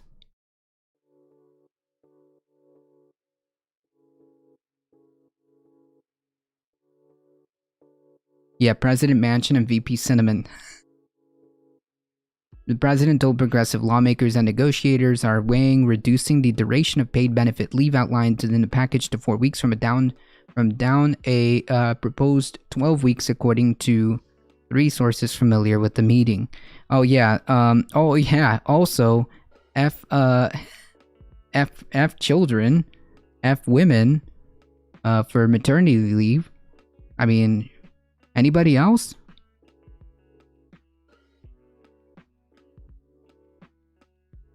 But Twitter and Twitch will run with it? Yeah, I'm not sure what that means. No education, no hearing aids, more poverty. There we go. Democrats for several days have grappled to how to address President Manchin's concern over the scale of the program. According to multiple people involved, have considered proposals to trim the total weeks of the program entirety or to phase out the program over time, starting with a shorter duration period and then expanding it over the course of a decade. I will say this. I would prefer if they shorten some of the programs, but fully fund them. I would be in favor of fully funding programs if they're made a little bit shorter, because then people will realize how beneficial they are and they can't really take them out and they'll have to make them permanent. So $1 trillion could buy a heart and a soul. $1 trillion buying nations all the world. Yeah. The president said they plan to keep an expansion on Medicare, which includes hearing, dental, visions, in line with what progressives want. Oh, okay, hold on. I'm sorry. Wait, we get the Medicare provisions for hearing, dental, and vision. So I guess, yay. California Representative Ro Khanna told Jake Tapper on the lead that Biden planned to provide community college scholarships. Nah. Biden called for making 2 years of community college free, a longtime priority for many Democrats. Some progressives, like Massachusetts Democratic Senator Elizabeth Warren, and actual progressive Bernie Sanders, an independent who caucuses with Democrats, have pushed for even more, calling tuition free at public 4-year colleges. The president has highlighted the free college proposal in speeches across the country for months, telling on one audience that he was insisting that we have universal pre-K and 2 years of community college. However, that indicated provision would be cut from the final plan late last week. So yeah, go F yourselves, everybody.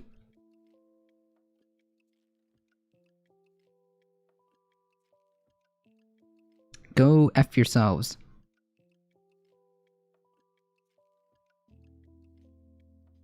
Education insurance does not want this bill anyways. Yeah, true. Biden, however, yes, indicated the provision could be cut from the final plan last week.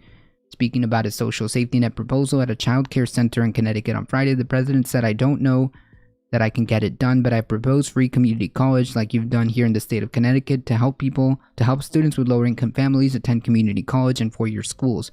Former President Barack Obama proposed making community college free back in 2015, but it never happened on a federal level. Yeah.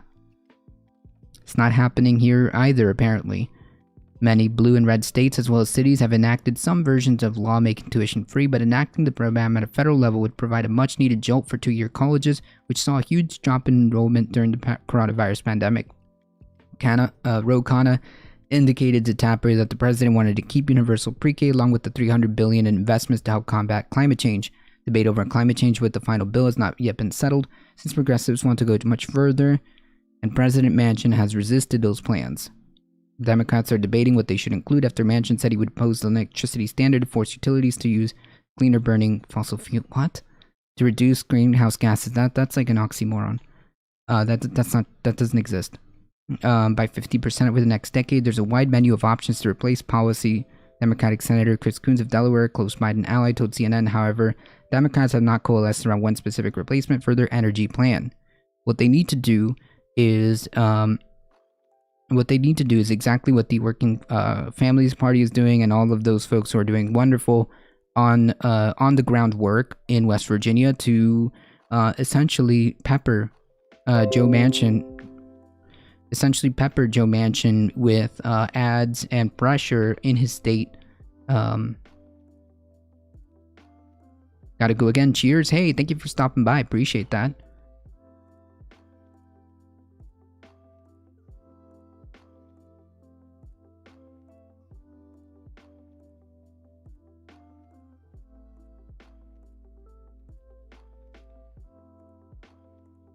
And make a concerted effort to attempt to get this going, because otherwise the party doesn't have much time to act. Democratic Senator Tim Kaine of Virginia told CNN that Senate Democrats agree that they need to get a deal done this week, including a framework and a top-line number. It has to be robust, it has to be bold, and it has to deliver. Sorry. Failure to do any of those things will just get you swept out of office.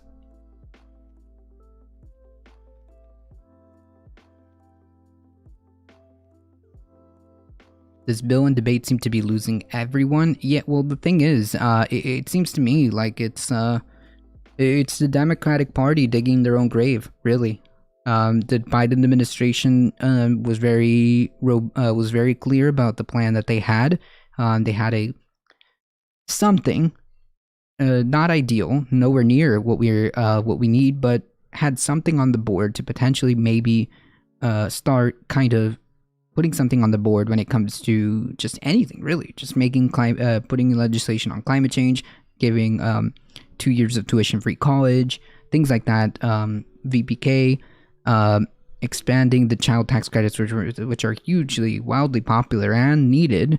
I mean, the most modicum of things, right? The most modicum of things, and now like we're being watered down to basically just like these weird around the edges solutions that aren't really solutions.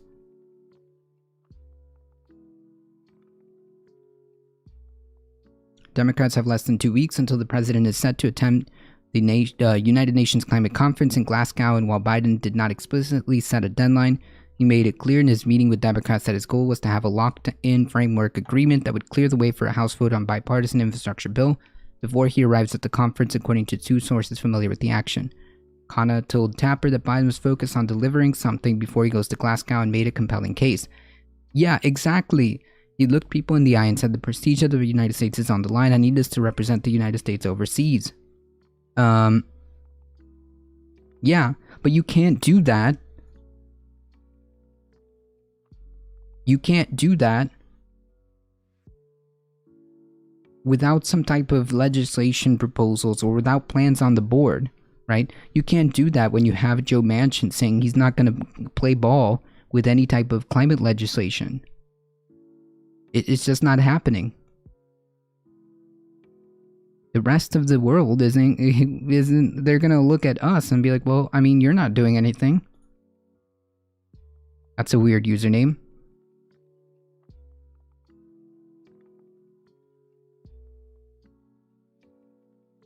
Topic of the day. Well, there's no one specific topic. There is a news and politics. Daily news and politics is what we do. Democratic leaders have pressed lawmakers to have an agreement before October 31st in order to move the infrastructure bill before the expiration of the short-term surface transportation funding patch. But while the timeline roughly lined up, Biden pressed progressives in the meeting to ensure he had an agreement in hand before his arrival at the climate conference, noting the stakes for the U.S. if they did not. One source in the meeting said, the most forceful case I've heard him make on the need to an agreement on a specific timeline. Progressives up to this point have said they want the multi-trillion-dollar climate and economic package passed before they'll provide the votes to pass the infrastructure measure, which was, again, Biden's plan. That's it.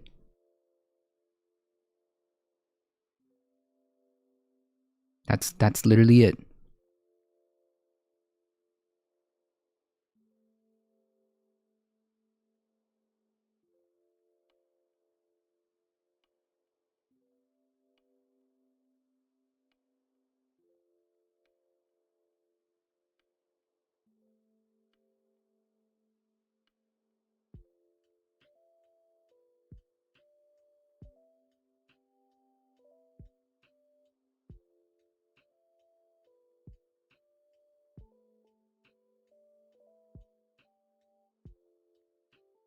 All this talk to get nothing. That's right.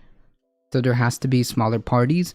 Well, the thing is, this isn't set up for smaller parties.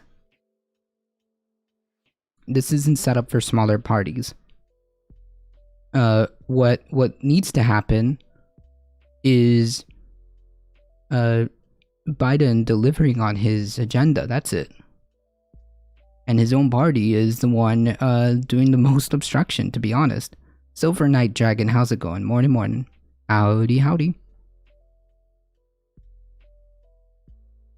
Like, it's not about, like, formulating different parties at this point, although one could say that we should move in the direction of making third parties more viable by democratizing this system, using ranked choice voting as a vehicle, in which case you can allow a third party to be a little bit more viable. But but that's not. I don't think that that's the core of this.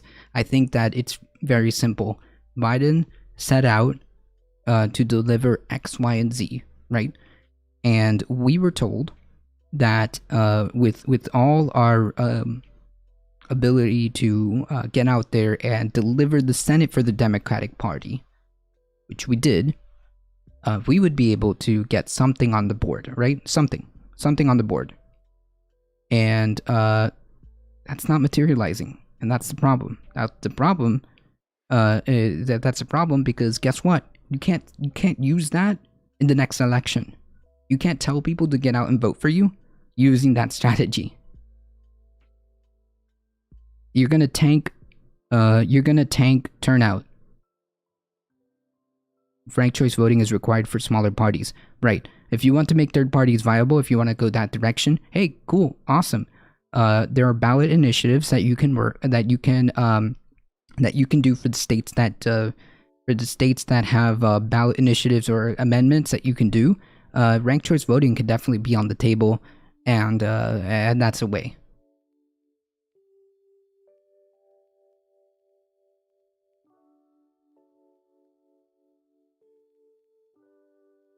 There's no reason to, so TLDR, there's no reason to capitulate to this guy. He's the one that needs to come on board, and the fact that we keep eliminating and stripping away the most important parts of the Build Back Better agenda, literally the most important parts of the Build Back Better agenda, is slowly being stripped away.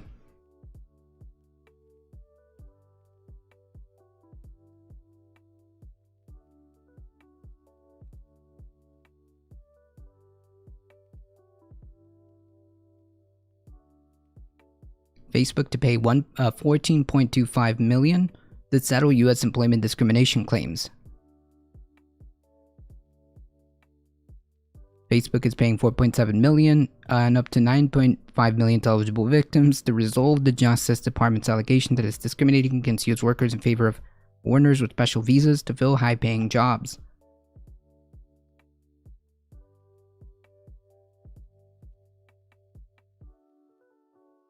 I don't know what the rules are for that, but sounds like to me Facebook engaging in weird business practices. Wouldn't be surprised.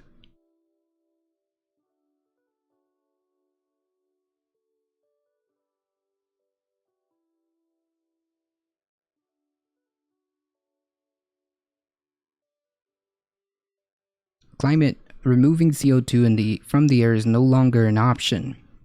The burning question going into Glasgow Climate Summit is whether major economies by 2050 can reduce emissions enough to deliver a carbon-neutral world in which humanity no longer adds planet-warming gases to the atmosphere.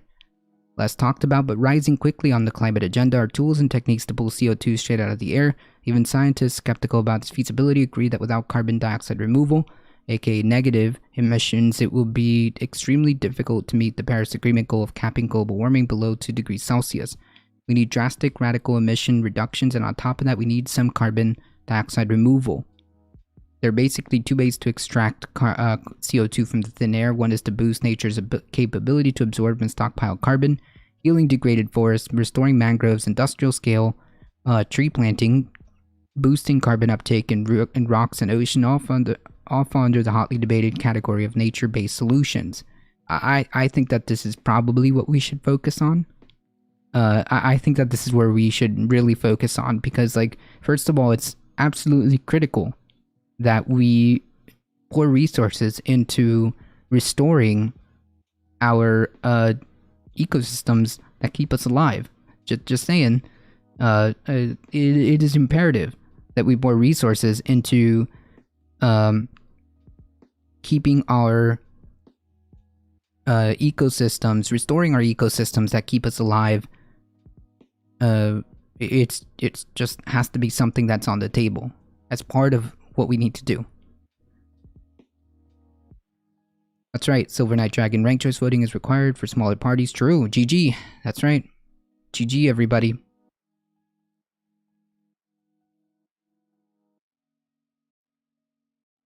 GG, everybody.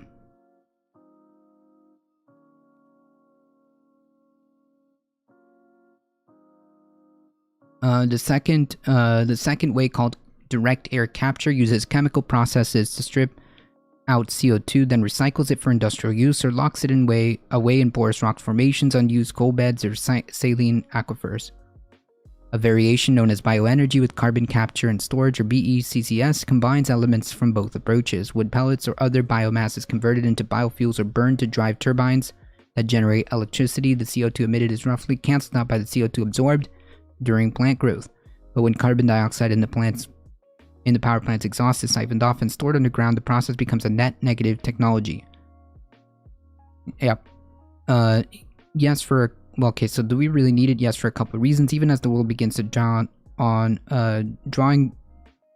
down carbon pollution by 3 or 4 or 5% each year, that is a very big if. True.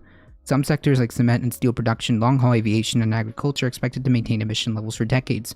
We have modeling, but no one is sure what we might need in 2050, said Oliver Gaden, a senior fellow at the German Institute for International and Security Affairs, as an expert on carbon dioxide removal. There will be residual emissions, and the numbers might be high. The August report from the IPCC makes it alarmingly clear that if 1.5 degrees threshold will be breached, that the 1.5 degrees threshold will be breached in the coming decades, no matter how aggressively greenhouse gases are drawn down. CO2 lingers in the atmosphere for centuries, which means the only way to bring Earth's average temperature back under the wire by 2100 is to suck some of it out of the air. Yeah, so it seems to me like what we need to do is to first and foremost move towards decoupling ourselves from fossil fuels, more specifically focus on methane emissions. Move as quickly as possible to renewables, and move as quickly in as many ways as possible to renewable energy. The cheapest forms, I believe, are on the table for solar and wind, and that's the primary directive that we should go. Hydroelectric can also work. There's multiple ways of doing renewable energy, and it's just cheaper and probably the quickest path forward.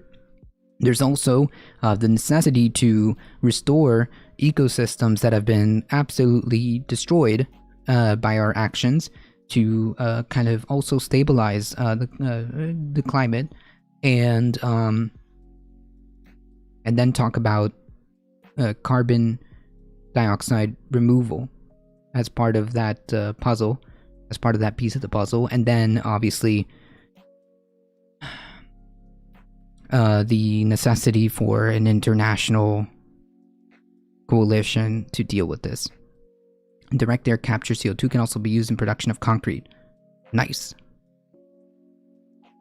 Political bets is absolutely right. Pork barrel politics has grown into corporate funding. Yes.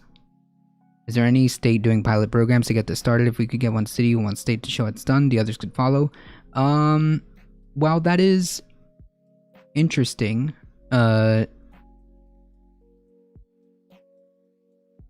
There have been some cities that have gone more carbon neutral. There are cities that have done renewable energy programs that are successful. I believe there was one in Wisconsin. I believe in Texas as well. There's a few cities out there that are doing this, but the reality is we need a full, across the board action. This is like an all hands on deck kind of deal.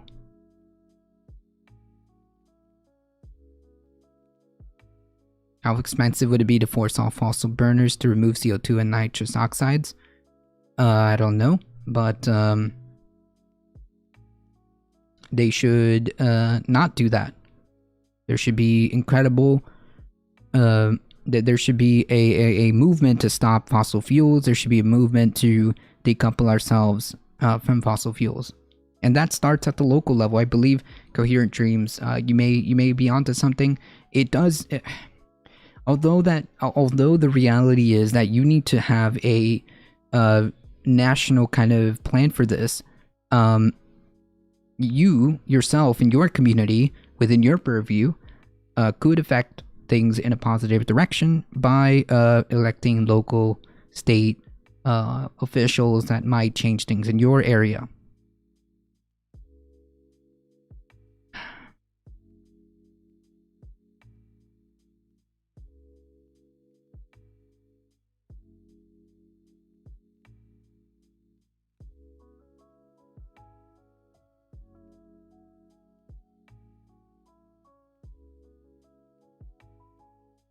We've got a few minutes.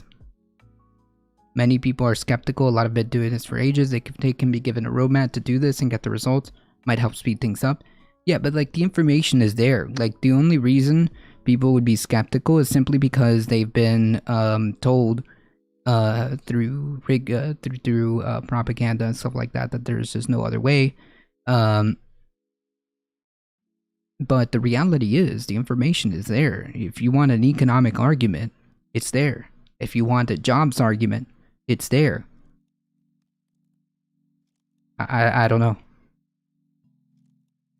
Hemp farms for the production of the oils we need. Yeah, hemp can be not only good for restoring soil, healthy soil, but also can replace all those like petro-based plastics and one single-use items that are made from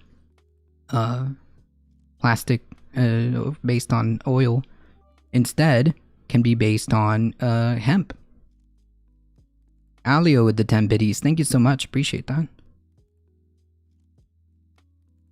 What do we need to do? I know you've mentioned passing 2 bills. What else can Congress be doing to ensure that the states in the local communities do not do anything that hamper a person's access to the ballot, particularly for those with disabilities?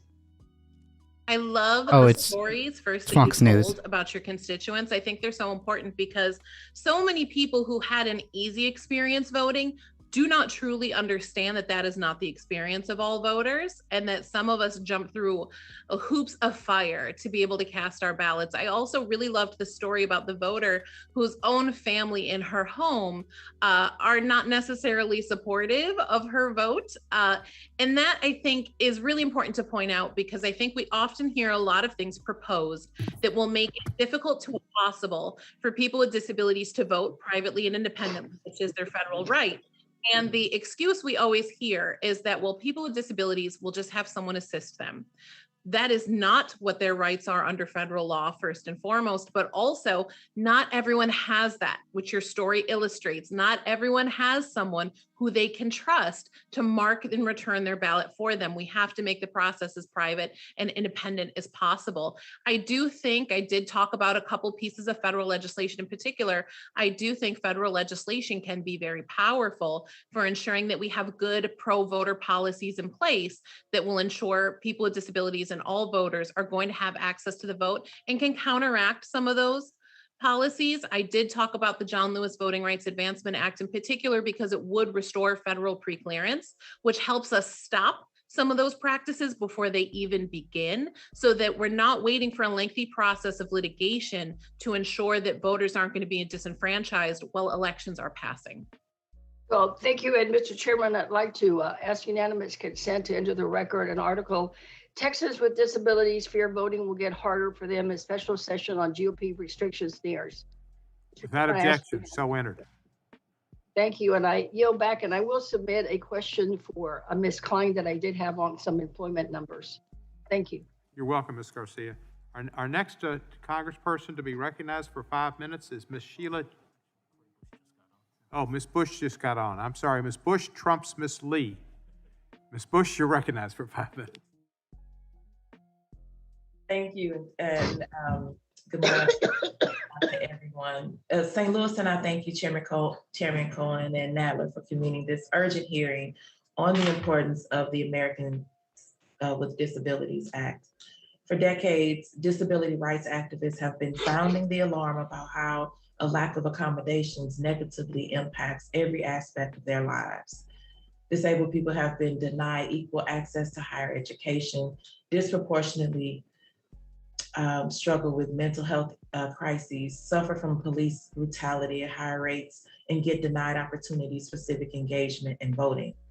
As a nurse, I've seen firsthand how anyone at any time can become permanently disabled, whether you become disabled from elder age, an accident, a health crisis, or you're born disabled. This society should be built to accommodate your needs. I think farmers on the prairie and cattle growers, how can they get off fossil fuels in the middle of nowhere and stop cattle? Buildings have had over 30 years to get this right. First of all, we should be reducing our consumption of meat. Also, how they feed the cattle makes a difference as well. Yeah. So, like, your argument, Astro, is basically saying, oh, we actually can't put the candle makers out of business, because what would the poor candle makers do when the light bulb comes? What would the poor horse and carriage people do when the car comes along? Like, okay, we need to move on. We need to propel ourselves in the future. Scaling of battery production for commercial storage can reduce the need for peaker power plants, which are some of the worst polluters. It would be a start. Yeah, there are ways to make closed loop systems to make batteries more sustainable.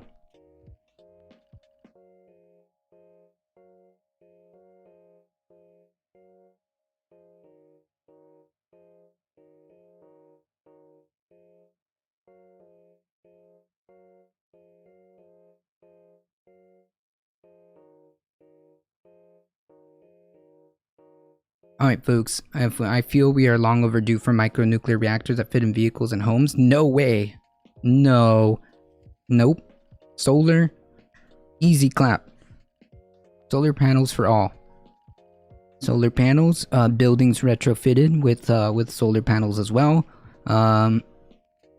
Yeah. Vehicles can be electric. And especially, as I mentioned before, if we can make batteries more sustainable and in a closed loop system, that would kind of help as well. So yeah, nah, I'm good. We don't have time to start trying to develop micro whatever. Nah, nope.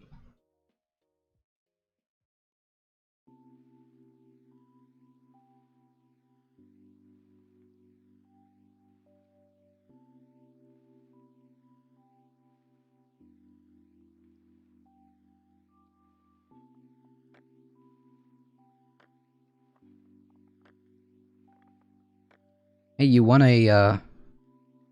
some real nuclear power? How about the sun?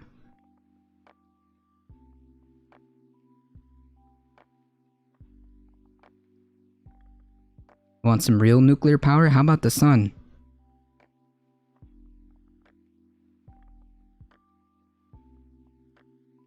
Gen 4 nuclear reactors are smaller and safer, not small enough for homes, but could be useful for cities. I mean, like, the problem with nuclear is that it would take too long to get on board, versus like the cheap solution, which would be solar, wind, and hydroelectric could probably get things online faster than us going around trying to build different nuclear facilities. They also consume nuclear waste. Yep. All right, folks, it is 11:28. I do have to get going. I appreciate all of you hanging out here. Thank you so much. As always, if you guys enjoy the content, don't forget to hit the follow button. Don't forget to join us on the YouTubes. Join us on the Twitch. Follow us here. Follow us on the Bird app. Join the Discord, where we keep up, where you can keep up with the channel. As always, I appreciate all of your support. Thank you so much for all the new follows, the biddies, Alio, the raid. Thank you, and I appreciate that. Of course, having us. Have a good one. You have a good one. As always, please stay safe. Please take care of each other. I love y'all, and I hope to see you guys in the next one tomorrow. See ya. Mouselander, love the goats. Alright, let's head on over to Ben.